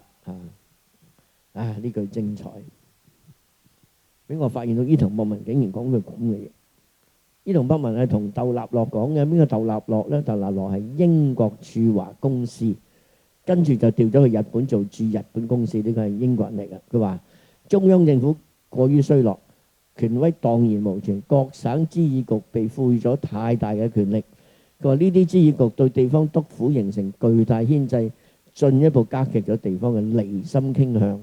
我覺得真係伊藤博文真係唔簡單，佢真係佢睇到咗呢樣嘢。因為日本嘅維新，佢嗰個明治維新個明治皇帝嗰個權好大嘅，即係同埋個 image 好強嘅，個明治皇帝嗰個好強嘅。咁同埋大家知道日本嗰個王咧係從未即係佢係一脈相承咁樣嘅嚇，咁佢就即係只不過係嗰啲嘅即係將軍嚇專權咁解嘅啫，即係個王係一路都係嗰個王。咁所以佢一即係佢一明治復位，即係嗰個即係個將軍冇咗之後咧，佢嗰個形象好突出嘅。呢個咧，佢睇你都睇到當時嘅中國已經係即係你睇到1909年嘅時候咧，亦都睇到譬如光緒死咗、慈禧死咗，其實已經好弱㗎啦，即係個政府中央政府好弱，所以佢就話你成立諮議局，結果一定會加深咗成個國家會崩潰。佢就係用咗呢樣嘢。好啦，我哋跟住要睇武裝起義啦。同盟會咧就有個盲點嘅，因為孫中山淨係顧住南東，即係顧住廣東嘅啫。咁啊，所以呢度咧就有個講法咧，就係佢哋確定華南做重點咧，對其他地區嘅照顧就唔夠嘅。咁啊嗱，其實咧1907年咧嗱，共進社係咩咧？共進社就有兩個，一個叫共進社，一個叫文學社。呢兩個就係推動武昌起義嘅革命組織。呢兩個革命組織，一個共進社，一個文學社，呢就所以武昌起義唔係由同盟會策動嘅，大家首先留意一樣嘢嚇。咁啊，佢話呢度咧嗱，共進社嘅建立咧就係因為一啲喺長江流域各省嚟到北嚟到東京，就同呢個地區有啲密切聯繫嘅同盟會員咧，就對孫中山組織南路同盟為大本營，而對於本部從不過問，其實就有意見。即係話佢淨係顧住南方嘅啫，其他地方嗰啲佢就唔係點理嘅，咁所以佢哋就好有意見啦。咁啊嗱，1911年7月，中國同盟會嘅中部喺上海成立。嗱，中部實會成立咧冇取得總部嘅同意嘅，即係佢哋自己都會搞嘅啫咁樣樣。咁所以你知道同盟會有佢自己嘅一啲嘅先天性嘅不足。咁啊嗱，湖北省絕非廣東可以比擬嘅，因為佢係全中國嘅，即係如果我哋唔計新疆、唔計東北、唔計西藏嘅話咧，佢係喺正個中央位置嚟嘅啊，所以咧佢個輻射作用係好犀利，唔係廣東可以比擬嘅佢個輻射作用。咁所以加上因為張之洞喺晚清係刻意係經營呢個武漢，所以咧呢個湖北呢個即係三鎮啊，即係冇呢個武昌、漢陽啊，佢哋咧其實係好緊要嘅。咁所以就係即係新式教育又發達啦，工商業又發達啦，咁啊更加重要咧，嗰度有間兵工廠，所以一起義嘅時候，佢哋就可以控制到呢個漢陽嘅兵工廠，係中國最大兵工廠嚟嘅，所以就揾到大量嘅武器。咁呢個就可以同即係鎮壓佢嘅軍隊可以抗衡啦。呢個係一個好重要嘅一個因素嚟嘅啊。咁啊，另外當然亦都有一啲嘅即係偶然嘅事發生咗，就因為四川嗰度咧就係發生咗一啲動亂，咁所以咧佢哋就要派湖北嘅精兵咧就走入去四川幫手鎮壓。咁啊結果嗰啲精兵啊走咗。即係最打得嗰啲走咗，咁啊留翻喺度嗰啲咧，原來好多係新軍嚟嘅。咁啊最後咧就係，所以佢哋起義嘅，仲有一樣起義嘅點解會成功咧？就係佢一起義嘅時候咧，呢個湖廣總督瑞征咧就係即刻走佬。其實有好多嘢係好偶然。當然即係首先強調就係湖北佢作為一個革命嘅喺度策動咧，佢係好重要嘅，因為佢係全中國嘅中心，佢嘅輻射作用好大。但係好多時發生好啲偶然嘅因素，就係估唔到佢呢個兩江總督傻到咧，佢驚到，因為嗱正話我所講，其實最驚嘅就係自己嘅軍隊叛變係嘛，咁佢就唔知道個規模有幾大喎，咁所以咪第一時間走。佢咁啱，佢啱啱有條長江喺度啊嘛，走佬容易啊嘛。如果唔係條長江，佢就走唔到啊。佢如果喺度坐鎮，可能冇事嘅，知唔知啊？佢走咗咪變咗即係群龍無首，咁大家就即係就咁樣樣。咁所以咧，新軍就迅速取得控制權。嗱，其實咧本來就唔係10月10號嘅，其實新軍裏邊咧有好多人已經係受到革命思想嘅薰陶，已經係文學社、共進社嘅會員嚟㗎啦。咁但係咧，原來佢啲阿頭咧就已經拉曬啦。清朝清廷一早知道呢班人係作反。其實覺得對新軍對於軍隊裏邊有啲信唔過嘅人已經拉咗，所以武昌起義係群龍無首嘅，因為嗰啲阿頭拉曬，而且仲係佢哋知道原來清政府手上係有個名單，正係準備逐個捉嘅時候，佢哋話唔得啦，即係盡此一鋪啦，即係你唔起義就死㗎啦，起義就搏一鋪，咁啊結果又真係俾佢搏到喎，結果一起義咧呢個湖廣總督第一時間走咗去，咁於是乎咧，就係好神奇地呢個新軍就竟然控制咗呢個地方。咁啊，大家睇見咧，其實佢真係好中央嘅位置嘅湖北省啊，咁啊，即係所以佢有長江邊，運輸又方便啊，咁所以呢個地方係好犀利嘅。咁啊，大家睇到係3個啦。武昌咧就係一個即係嗰個衙門就喺武昌嘅。漢口咧就係當時係一個商埠啦 ，Treaty Port 啦，其實係1860年開埠嘅嚇。咁就係漢陽咧就主要係工業嘅，同埋有一個好有名嘅兵工廠就喺漢陽嚟啊。咁所以佢就叫武昌三鎮啊。咁啊，中間有條長江啦。咁啊，其實呢啲咁啊嗱，佢係交通又方便嘅，因為其實張之洞個年代已經起咗條京漢鐵路，就由北京去到漢口。就未起下橛嘅，即係未起粵漢鐵路嘅。咁啊，當然佢有湖北嘅新軍啊等等啊。咁所以睇到啦，武昌起義就係由文學社同共進社佢哋影響嘅湖北新軍嘅策動。咁啊，起義軍3000幾人咧，就奪取軍械廠，分3路進攻總督處。你諗下，佢起義嘅人係3000人，你話呢個規模同同盟會嗰啲起義嘅規模一比咧？你就知道係差好遠。佢呢啲兵嚟嘅，而且佢唔係革命黨嘅，佢呢隻係兵嚟嘅，即係受到革命思想影響嘅兵。兵嘅時候佢自己都打得嘅喎，就唔同革命黨唔係一定打得㗎喎。咁所以你要睇到佢個影響係好大。咁跟住咧分3路進攻總督處，咁呢個人就走咗啦。咁啊佔領咗武昌3鎮，咁並且取得湖北知議局嘅支持底下咧，就成立湖北軍政府。所以你睇下佢就受到湖北知議局，當然湖北知議局嗰班人唔可以唔識 yes 係咪先？成班都係軍隊嚟嘅，嗰啲冇聲出。群龍無首，竟然推咗個叫黎元洪嘅人做都督。其實黎元洪都蒙查查嘅，俾人推咗去。咁啊呢個人係幾有運嘅呢個人，幾有福氣嘅。咁啊號召各省民眾起義響應嗱，大家就開始進入主題曲。嗱，你睇下武昌起義，咁跟住咧10月11號咧組織俄軍政府，推舉黎元洪做都督，報告安民啟事，跟住咧就召會各國領事。嗱，呢個好緊要，第一時間召會喺漢口嘅呢班領事話：嗱，我哋唔係義和團嚟嘅，我哋係推翻清朝嘅啫，推翻個政府嘅啫。咁呢班人就宣告中立啦，呢個好緊要。如果佢哋外國人一干預咧，你就好麻煩。所以首先就係佢哋中立，咁然之後咧，你睇下就開始嚟啦。長沙、湖南開始宣布獨立，即係話佢個知議局冇貨革命黨啊。咁啊，然之後咧，清廷就起用袁世凱啦。袁世凱咧，其實晚清嘅時候咧，就已經係俾清朝嘅貴族咧係趕咗落台，因為佢哋知道李鴻章走咗之後咧，其實最能夠號召嘅人嘅咧就係袁世凱。袁世凱一路都係做兵嘅，訓練啲軍隊，所以喺軍隊裏邊嘅威望非常之高。咁所以佢哋就好驚袁世凱，所以就叫佢下野，叫佢翻去即係養屙啊，即係翻去養病咧，翻去咁冇病都當你有病。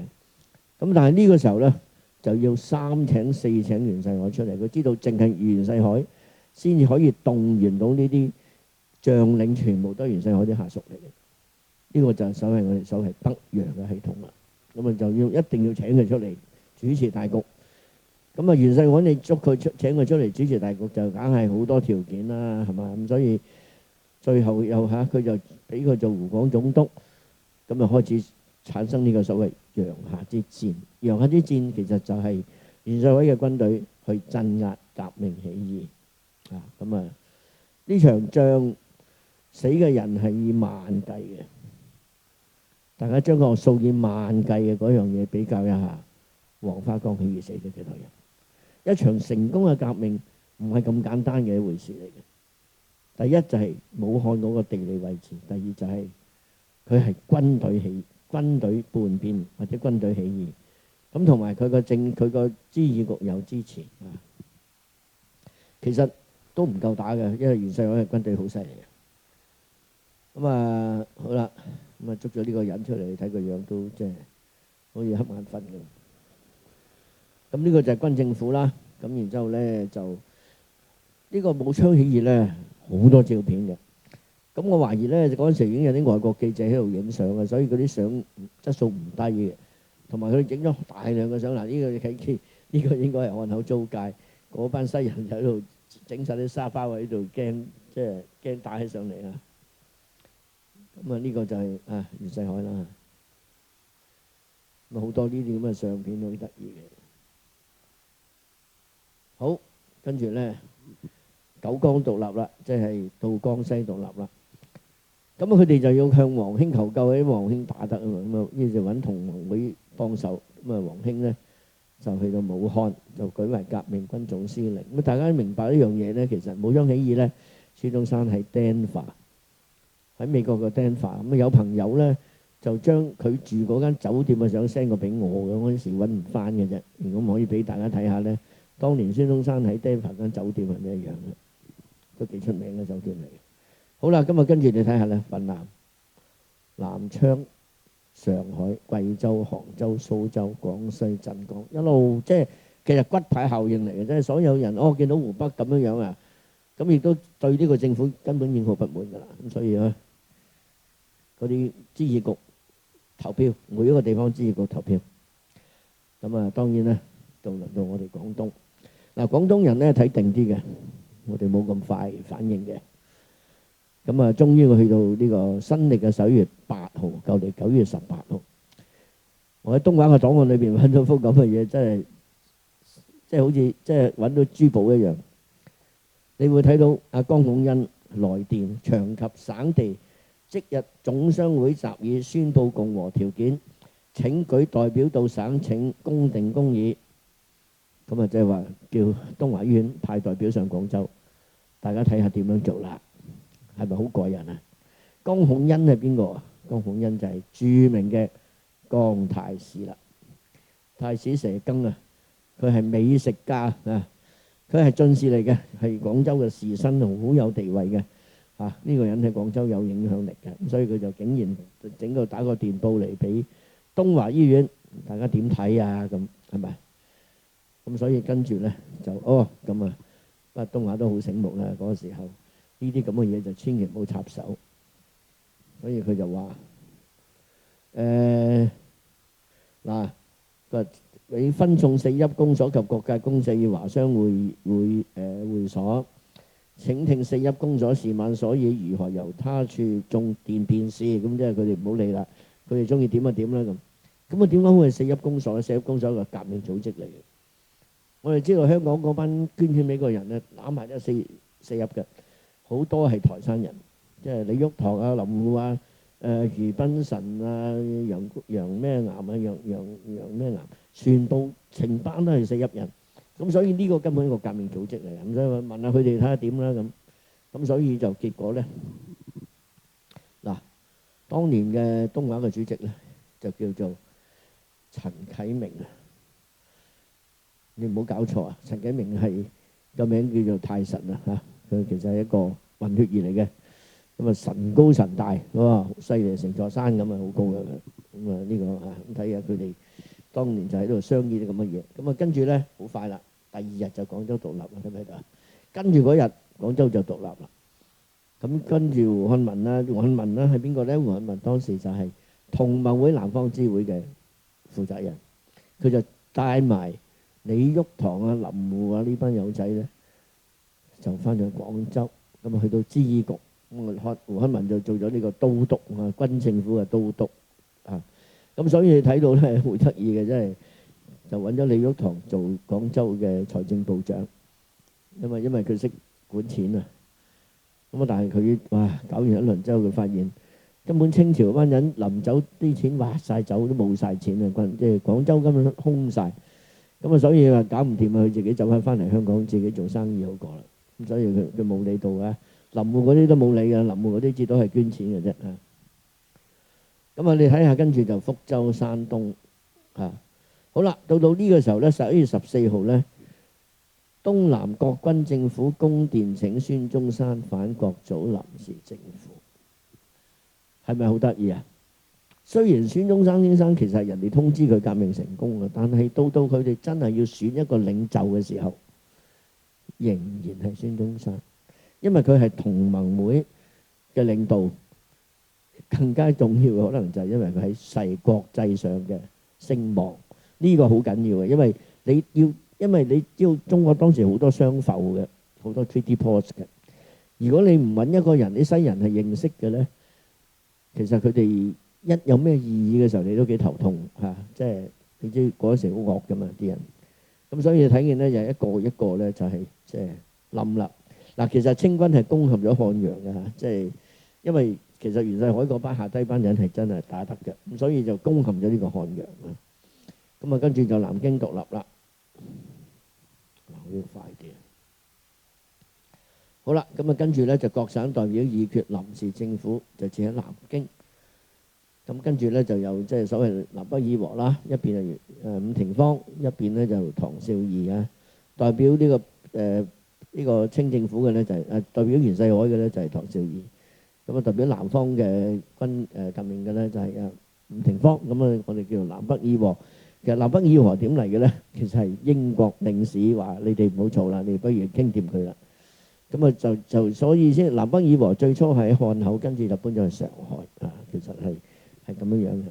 咁啊，孫中山就翻嚟啦，10月21號就翻到嚟香港。咁啲革命同志就上船同佢斟訴。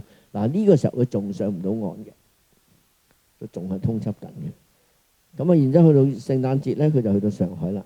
咁跟住咧。嗱，呢個就呢個伍廷芳啦，咁呢個唐紹儀兩個咧都可以講廣州話搞掂啦，因為兩個都係一個係新會嘅，一個係中山嘅啊，香山嘅。唐紹儀係香山人。咁啊嗱，你睇呢幅畫，呢幅相真係好得意，中間有個西人睇住佢兩個喺度傾。咁你即係你會知道究竟係咩回事嘅？即係其實西人都好清楚佢哋要即係唔好影響到佢哋嘅利益啊！呢個好緊要嘅。孫中山翻嚟啦，呢個喺香港嘅即係喺維港上面嘅船影嘅嚇。咁跟住咧就喺10月29號，17省嘅代表就喺南京開臨時大總統選舉會。咁啊結果咧就17個省裏邊有16個投俾孫中山。咁啊，只有一個省冇投俾佢嘅，嗰個就係湖南。湖南省投咗俾黃興，咁所以就16對1咁啊。即係你睇見孫中山係眾望所歸嘅，我覺得即係佢嗰個作為革命領袖嗰樣嘢，你係冇可爭議嘅。咁啊，所以跟住咧，佢就去咗南京就任臨時大總統。其實你會睇到佢1月1號就任臨時大總統，第2日已經發電報俾袁世凱話：你搞掂咗清朝，我就讓翻個位俾你啦。其實低溫已經係咁噶啦，即係馬上已經係，因為根本上喺嗰個年代能夠逼到清朝退位嘅只有袁世凱一個，因為佢大權在握，更加係兵權操喺佢手裏邊，佢就逼呢個清帝咧就係退位。咁啊，大家咧仲要玩呢個遊戲喎。清朝駐外使節陸徵祥等電請清帝退位啦，呢個跟住咧，你睇到呢啲係一個遊戲嚟嘅，好明顯係袁世凱玩出嚟嘅，就係各地嘅人一齊話要清帝退位，咁佢只係順佢哋嘅意嘅啫喎，唔係佢提出嚟㗎嚇。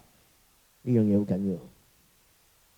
咁呢個臨時大總統嘅會啦，咁16票就係孫文當選啦。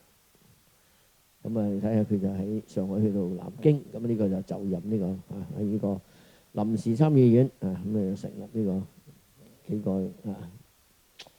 好啦，咁要輪到外交之後咧，更加要命嘅就係啲將領啦，通電共和脅迫清帝退位，所以唔係袁世凱脅迫㗎。呢啲係一種大家即係都知道啦，呢啲係一種手法嚟嘅。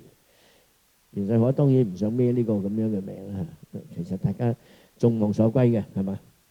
咁所以去到2月13號咧，孫中山就辭去臨時大總統，就舉袁世凱自代。咁啊，所以咧就係當時就拗咗一輪咧，革命黨就話你嚟南京啦咁啊，即係袁世凱梗係唔肯去南京啦，南京係革命黨嘅地盤。咁佢就要喺北京，當然搞咗大輪嘢出嚟。最後3月9號咧，佢就北京做呢個臨時大總統啦。清帝退位詔書好急嘅，所以好多係唔係嗰個人簽嘅，係假嘅啫。幾得意嘅呢個詔書。咁跟住有幾威水係咪？呢個陸徵祥，陸徵祥好有意思，佢嗰撇鬚真係好型。同啲跟住就見晒嗰啲各國嘅領事啦，即係今日就係我威啦。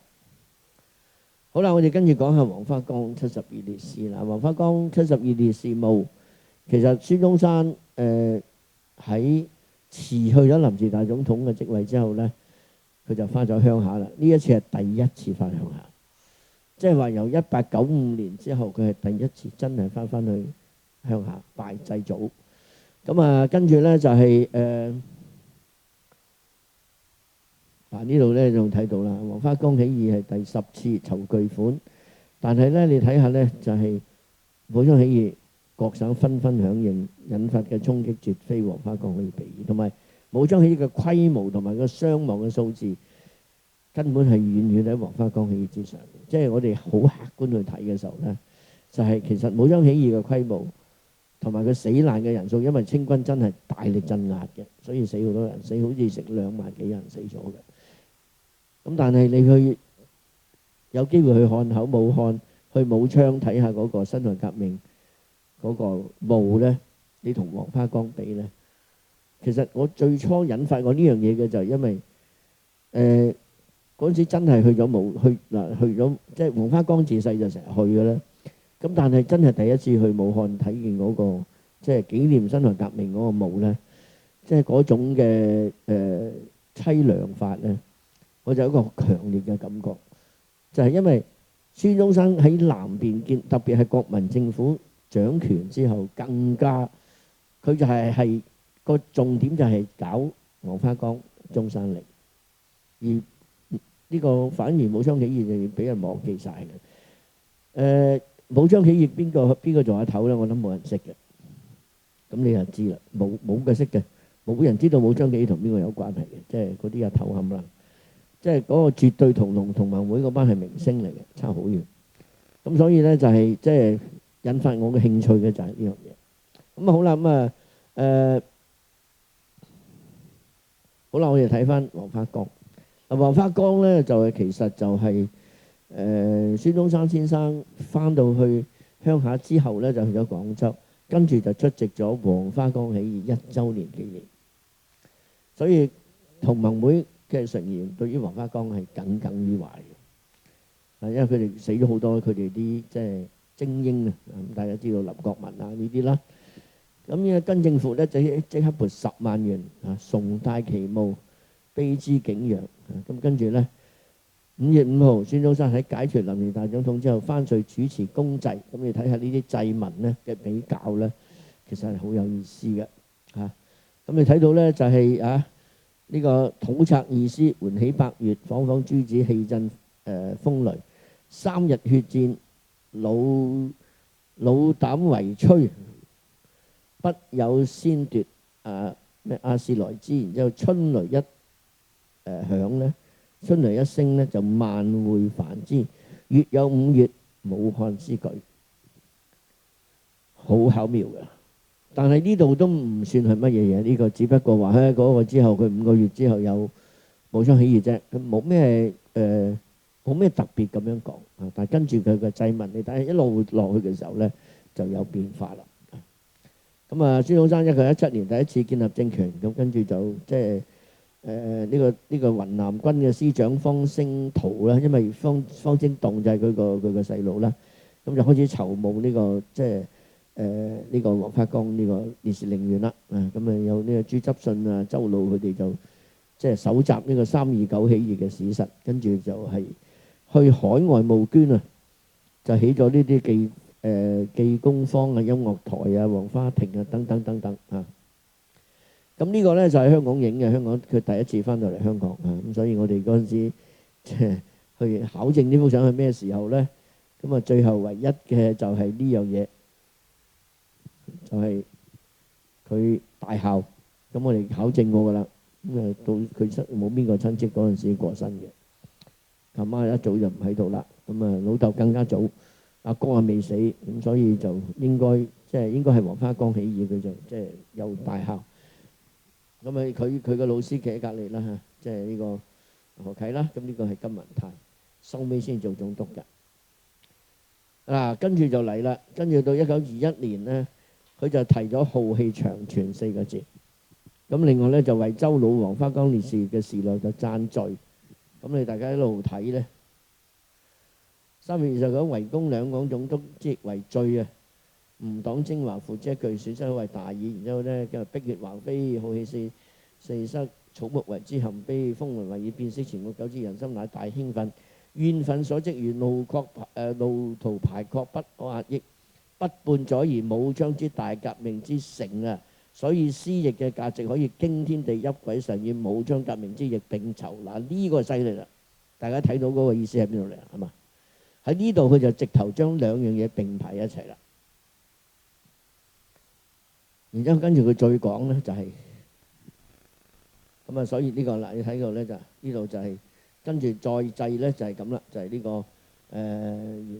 個武壯哉先烈，回此陽九乜乜乜，然之後就武昌繼之啊，咁就歲而清室啊，即係咁你所以佢就直頭係有意識地將呢樣嘢一排起上嚟，就係因為有黃花崗先至有武昌起義啊，咁即係唔使我講，你都知道佢嘅含義係乜嘢嘢。咁所以佢要攞翻個話語權啊，即係講翻同盟會嘅話語權，革命嘅領袖。呢個係好緊要嘅一樣嘢嚟嘅啊。咁就當然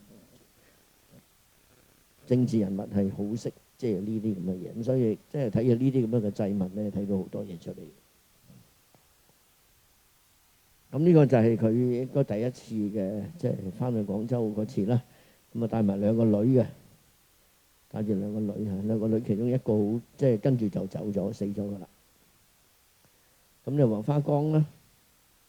咁呢個就係浩氣長團，就係孫中山寫嘅啊。但係孫中山其實佢提嘅字永遠係孫文嘅，大家唔好搞錯。佢從來唔會用孫中山嘅，咩係你哋叫佢做孫中山，其實佢從來都唔用孫中山，佢係孫文，好簡單嘅啫，姓孫叫做文啊。咁啊，呢個就係黃花崗咧，係好真係好莊嚴肅穆嘅。同埋咧，佢哋同盟會同埋國民黨都有一樣嘢好中意嘅，就好中意有個鐘叫做警世鐘，即係可以係敲響嗰啲國民嘅嗰種覺醒啊，即係嚇要革命啊咁樣嘅。咁所以就係即係有個咁樣嘅鐘。咁啊，至於上面嗰個咧，呢啲一嚿嚿呢啲咧就係即係嗱呢個睇翻轉頭啦，真係好有氣勢。咁啊，呢個當然呢個葬就葬喺呢度下低啦。咁然之後咧就係其實各個地方嘅國民黨咧都有捐錢嘅，其實係好多華僑捐錢啊。咁同埋最得意嘅咧就係上面呢一個呢度一個啊。咁啊最初咧就係自由神像。咁啊自由神像之後咧就改咗國民黨嘅黨徽，然之後49年之後咧改咗做火炬。咁而家改翻自由神啦。咁啊即係同紐約嗰個自由神像好似嘅。咁啊所以即係不斷變嘅，隨住我哋中國嘅政治形勢喺度變咧就嚇，即係因為火炬就因為星星之火可以燎原啊嘛，所以用火炬。咁啊然之後咧就係啦，咁我哋跟住就睇中山陵。嗱，孫中山先生咧係3月1924年啦，其實佢1923年翻去建立第3次政權嘅時間就真係好短嘅啫嚇，咁啊但係就真係做咗好多嘢，成立咗黃埔軍校，開咗國民黨第一次全國代表大會，成立咗廣東大學，仲成立一間銀行嘅好似，即係總之咧真係做咗好多嘢呢一次嚇，因為頭嗰2次係冇嘢做到嘅，呢次做到好多嘢，咁啊當然更加重要嘅就係聯俄容共呢4個字啦嚇。咁當然咧，原來聯俄容共咧就喺內地叫做聯俄聯共嘅，我哋嗰時做展覽咧就拗到即係天黑都拗唔掂，究竟係聯俄聯共定聯俄容共？咁但係原來咧係冇呢樣嘢嘅喎，即係揾唔到一句叫做聯俄容共，亦都冇聯俄聯共嘅，只不過係即係咁講嘅啫咁。咁啊好啦，咁啊於是乎孫中山咧就係即係喺1924年鎮壓咗呢個所謂雙團起義之後咧，喺嗰年嘅年底咧，佢就開始去北京啦。咁就先係同宋慶齡去到日本，咁啊講咗一大紮關於大東亞嘅嘢。咁跟住就去到天津，佢一登岸開始病。咁啊跟住由24年嘅年底一路去到25年嘅年初，其實佢一路都病。咁就入咗呢個協和醫院做個手術，咁似乎一開咧，個醫生睇嚟都係搞唔掂噶啦，即係縫翻就算數啦。咁所以佢終於就喺3月12號過身嚇。咁啊呢個就係即係孫中山啊，佢亦都係即係有啲遺囑啊咁等等嘅嘢啦嚇。好啦，咁啊佢係膽囊癌，我聽講係。咁啊逝前一日咧，佢就提出啦，佢要學列寧。因為列寧死嘅時候咧，就係亦都係點講咧，就係冇係將佢成個保存咗落嚟嘅嚇。咁啊，即係俾人哋瞻仰咁樣樣。咁同埋佢最緊要咧，就要求葬喺南京嚇。咁啊，聽講佢同宋慶齡、汪精衛佢哋話咧，唔死之後可以葬於南京紫金山麓，因為南京係中華民國臨時政府成立之地，所以不可以忘記辛亥革命，所以佢就一定要即係佢要葬喺南京。咁另外一個講法咧，就話佢有一日咧，同埋佢啲革命同志喺度行山嘅時候咧，佢就指住嗰個山就話：我希望將來乞求國民俾我一幅地，我100年之後咧就可以喺呢度咁即係有咁樣嘅講法。咁所以佢係一早已經睇中咗南京。當然佢睇中咗南京有另外有個原因嘅咁一陣間先再講。咁所以佢按照佢嘅意願咧，佢死咗之後咧，就將佢進行一個防腐處理，跟住就擺咗喺香山嘅碧雲寺當時其實北洋政府北洋嗰邊咧就話要俾佢舉行國葬嘅，但係當時嘅國民黨人咧覺得唔適合，因為好多人死咗都係國葬，咁所以佢哋話唔搞，我哋要等到我哋將來咧可以北伐成功嘅時候咧，再為佢舉行一個盛大嘅喪禮。咁呢個就係後尾我最後要講嘅奉安大典啦。咁首先就講咗呢一筆先，咁跟住咧就係呢個學者咧講得好好啊。佢話南京就係孫中山生命記憶嘅凝結，人生意義嘅象徵，亦都係未竟期望嘅寄託。所以葬身南京咧，就等於俾後者一個強烈嘅信號。咁即係等於佢嗰個即係革命尚未成功同志仍需努力一樣，就提醒佢哋要繼續努力咧，以完成自己生前未竟之功，即係有啲咁嘅作用嘅。好啦，咁然之後咧就呢個係一個好重要原因。點解佢要葬喺紫金山咧？因為紫金山嘅隔離有個墓叫做明孝陵，明孝陵就係朱元璋嘅墓。嗱，我哋知道朱元璋係推翻咗元朝，趕走咗蒙古人之後成立嘅個情況，同孫中山趕走咗滿洲人成立民國係有相似嘅地方，所以佢自己係好有意識地想自己同朱元璋做個比較。呢個亦都係佢揀南京嘅一個原因同埋咧就係即係同埋孫中山幾乎係喺其實孫中山咧幾乎咧係喺佢卸任之前即係佢讓位俾袁世凱卸任之前，佢做咗一樣嘢，佢帶曬所有嘅將士，佢下低嘅下屬去咗拜明孝陵，去拜祭明孝陵。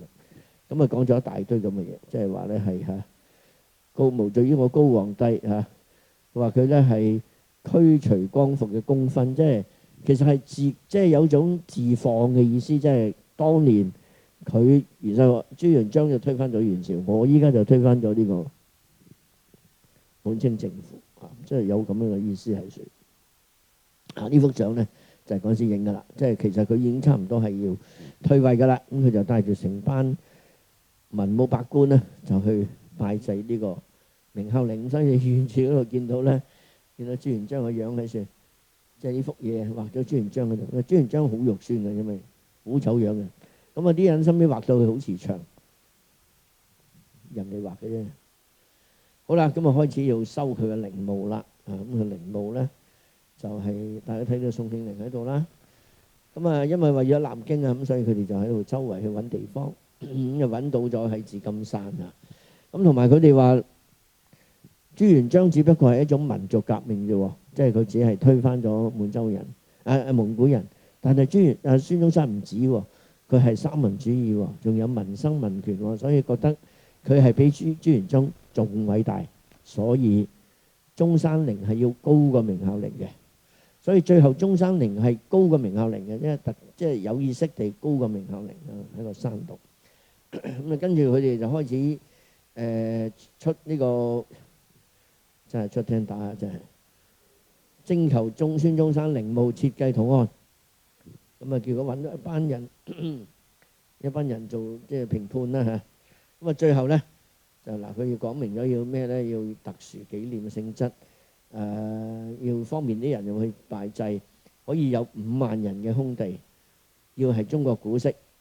要根據中國建築精神咁就係要用鋼筋山合土，唔用磚木材料但係咧就要簡樸莊嚴，唔可以奢侈華貴。於是乎咧就收咗幾廿份40份啦。最後贏出嚟呢個就叫呂彥植啦。呢個呂彥植咧係一個好奇怪嘅人。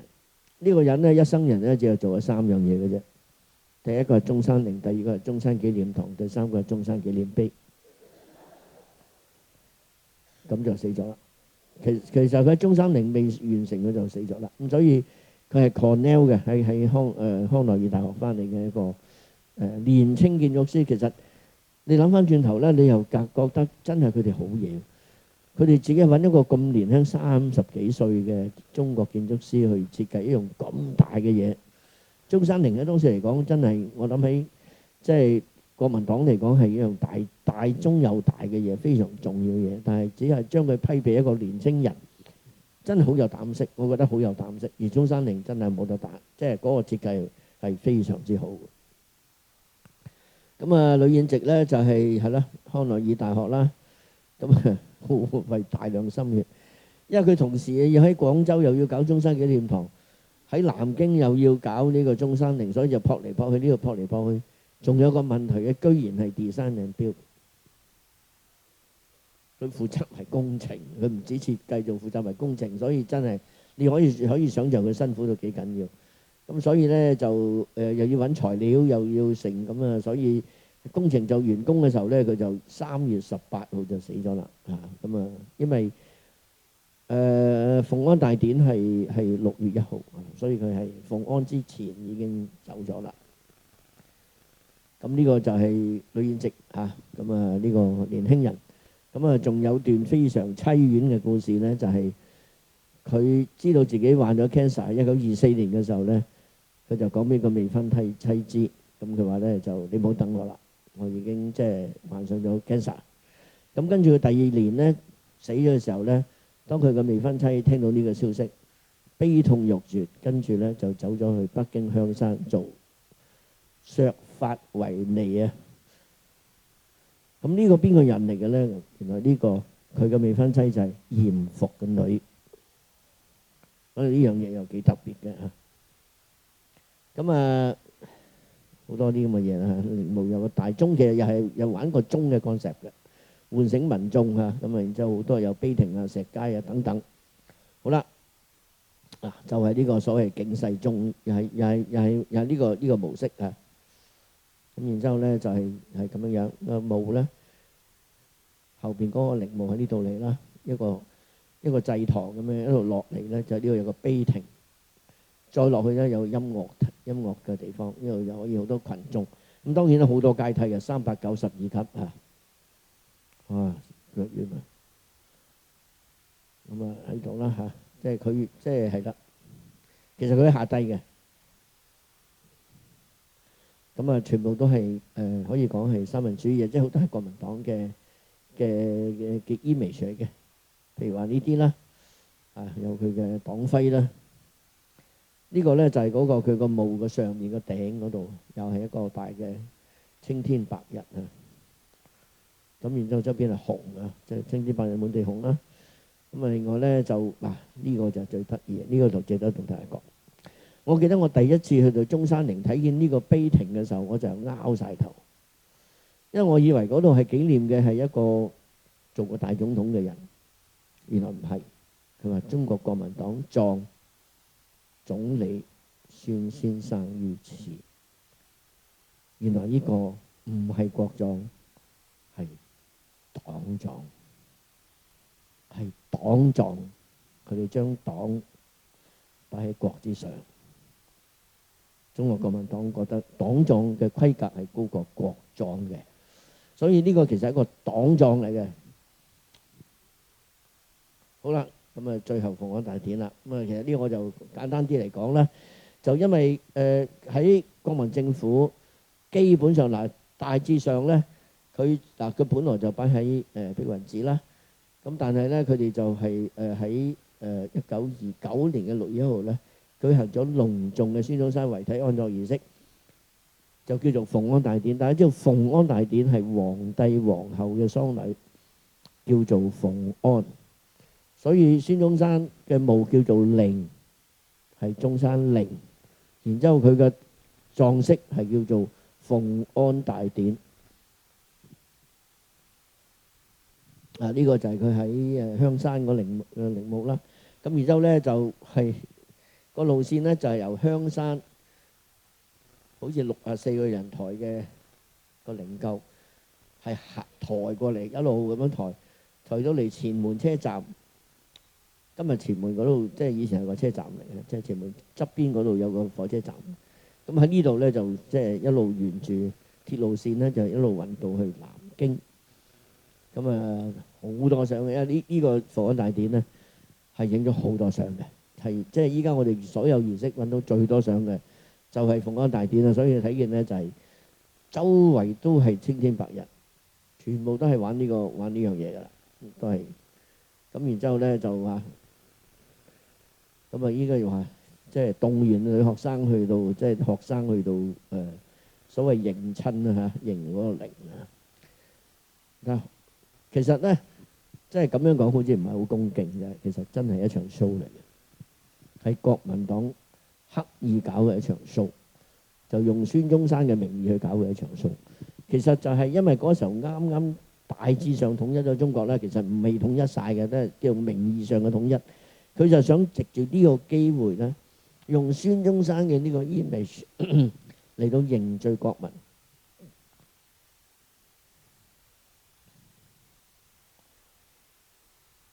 嚟到呢個前門車站啊，咁然之後咧，去到每一個站咧，就會有人迎靈嘅。呢個就係火車。咁然之後咧，最後就要去到浦口啦，因為我哋知道去到浦口就係長江邊，過去對面就係南京啦。咁所以你睇下呢度幾個大人物喺度啦，啊胡漢民啊、吳志輝啊，咁啊幾個都喺曬度啦，喺度迎接呢個迎靈啦。咁跟住咧就揾隻船啦，呢隻船咧就係一隻戰艦嚟嘅。咁就開始即係將佢運到嚟南京。然之後由南京咧就經呢條路線咧，就去到國民黨嘅總部，就舉行咗幾場嘅公祭。公祭包括咗黨政軍同埋親屬。大家留意一樣嘢，由黨由政由軍由親屬，有一個人由頭到尾場場都喺度嘅。嗰個人就叫蔣介石，因為佢連親屬佢都係親屬，所以其實你就會睇到。佢係利用呢個復安大典去提高，即係其實好簡單，即係你辦事我放心啫嘛，一樣係嗰樣嘢嚟嘅。即係話，既然我哋將孫中山嘅位抬到咁高，而我係孫中山嘅追隨者，我嘅地位都升咗啦，係咪？其實大家都係玩緊呢一套嘢。咁啊好啦，咁啊跟住嚟到呢度咧，就拜完之後咧，嗱呢個車係咁嘅，呢個就得意啦，呢個孫中山嘅死黨嚟嘅，呢個梅屋莊吉。梅屋莊吉係屬於佢嘅 family friend 啊，因為孫中山同宋慶齡結婚就喺佢屋企嘅。當時革命同志有啲都覺得搖頭嘅，咁但係佢就即係喺佢屋企，所以佢同佢嘅關係好密切。孫中山1895年就識佢噶啦，應該唔係，應該1892、93年就識佢。嗰陣時佢就喺香港開一間影相鋪，喺邊度嚟嘅咧？應該係 Mark and Spencer 嗰個位，中環。喺嗰度附近嚟嘅，咁佢開咗間影相鋪嚇，咁所以咧，佢唔係淨係革命咁簡單，佢淨係佢屋企嘅，即係同佢好 close 嘅嚇。咁啊，佢亦都係出席咗呢一次嘅復安大典，同埋佢哋做咗好多孫中山嘅細個嘅人像，就送俾嗰啲出席嗰啲即係嗰啲大官。咁啊，我哋都曾經即係有人捐過一個俾我哋嚇，一個咁樣嘅孫中山像，就係復安大典嘅。最後就咁啦，哇！呢陰公啊，呢層階梯我都唔知佢點樣托上去，大家可以想像，真係不可思議。咁啊好啦，咁啊睇到呢樣嘢最後啦，就係中山陵嘅裝飾元素飾咗大量國民黨嘅標記，而復安大典其實係一場黨葬，由香山迎靈到安葬紫金山，通過精心設計嘅儀式。包括個靈車嘅設計，靈車經過梅圖各地嘅青天白日嘅裝飾，同埋揮動國旗嘅迎親。佢去到每一個站都有動員學生同埋群眾喺度即係迎接嘅。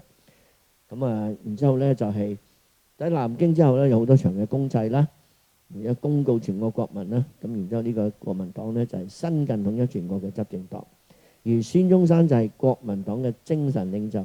亦都係凝聚同埋增強新時代民族國家認同嘅一個符號嚟。咁當然到拉尾跟住就當然去到其實27、28年呢，中國已經出現咗好多中山路㗎啦，唔係中山路就係中山公園㗎啦。即係所以即係呢個其實係國民黨嘅一個，我哋可以咁樣去睇，其實佢係藉住呢樣嘢，一方面係將孫中山嘅地位提升，另外一方面亦都係一個國民黨嘅一個宣傳嚟嘅，可以咁樣講。所以到最後啦，係佢係孫中山係晚清第一個提出反清同埋成立第一個革命組織嘅人，亦都係同盟會嘅總理，所以由同盟會過渡到國民黨，佢亦都係國民黨嘅總理。策劃咗10次武裝起義，咁喺清朝末年嘅時候呢，孫中山作為反清革命嘅領導地位係無人可及嘅，所以雖然最後嘅武裝起義唔係佢策動，但係大家仍然推舉翻佢出嚟做革命領袖做呢個總統。咁所以呢就係但我就自己覺得孫中山對中國最大貢獻就唔係推翻滿清政府，而係民國成立之後，佢提出治理國家嘅政綱、建國方略點樣起鐵路呢啲嘅嘢，點樣起港口聯民港呢啲。而更加犀利嘅就係嗰個聯俄容共嘅方針啦，因為冇聯俄容共，唔可能有武槍冇呢個黃埔軍校，而藉住黃埔軍校，佢哋可以北伐，可以咧消滅其他嘅軍閥，咁然之後咧就係即係統一咗，叫做統一咗中國咧。其實大家知道咧，嗰個係唔完整嘅，因為廣東即係陳濟棠又唔睬佢嘅，雲南龍雲又唔睬佢嘅，四川有個姓劉嘅軍閥又係唔蘇佢嘅，咁所以其實西北啊更加唔使理。其實嗰個名義上嘅統一嚟嘅啫，唔係真正全國統一啊。其實係要藉住抗日咧，雲南四川呢啲先至加入去嗰個即係嗰個反日嘅嗰個即係抗日嘅洪流，先至真係成為國民政府嘅一部分啊。咁但係佢咧就係即係喺，所以佢係成為即係黨人嘅精神號召感召就為即係日後嘅北伐同埋統一咧就係奠下咗基礎嘅。咁今日就係講到呢度，多謝大家。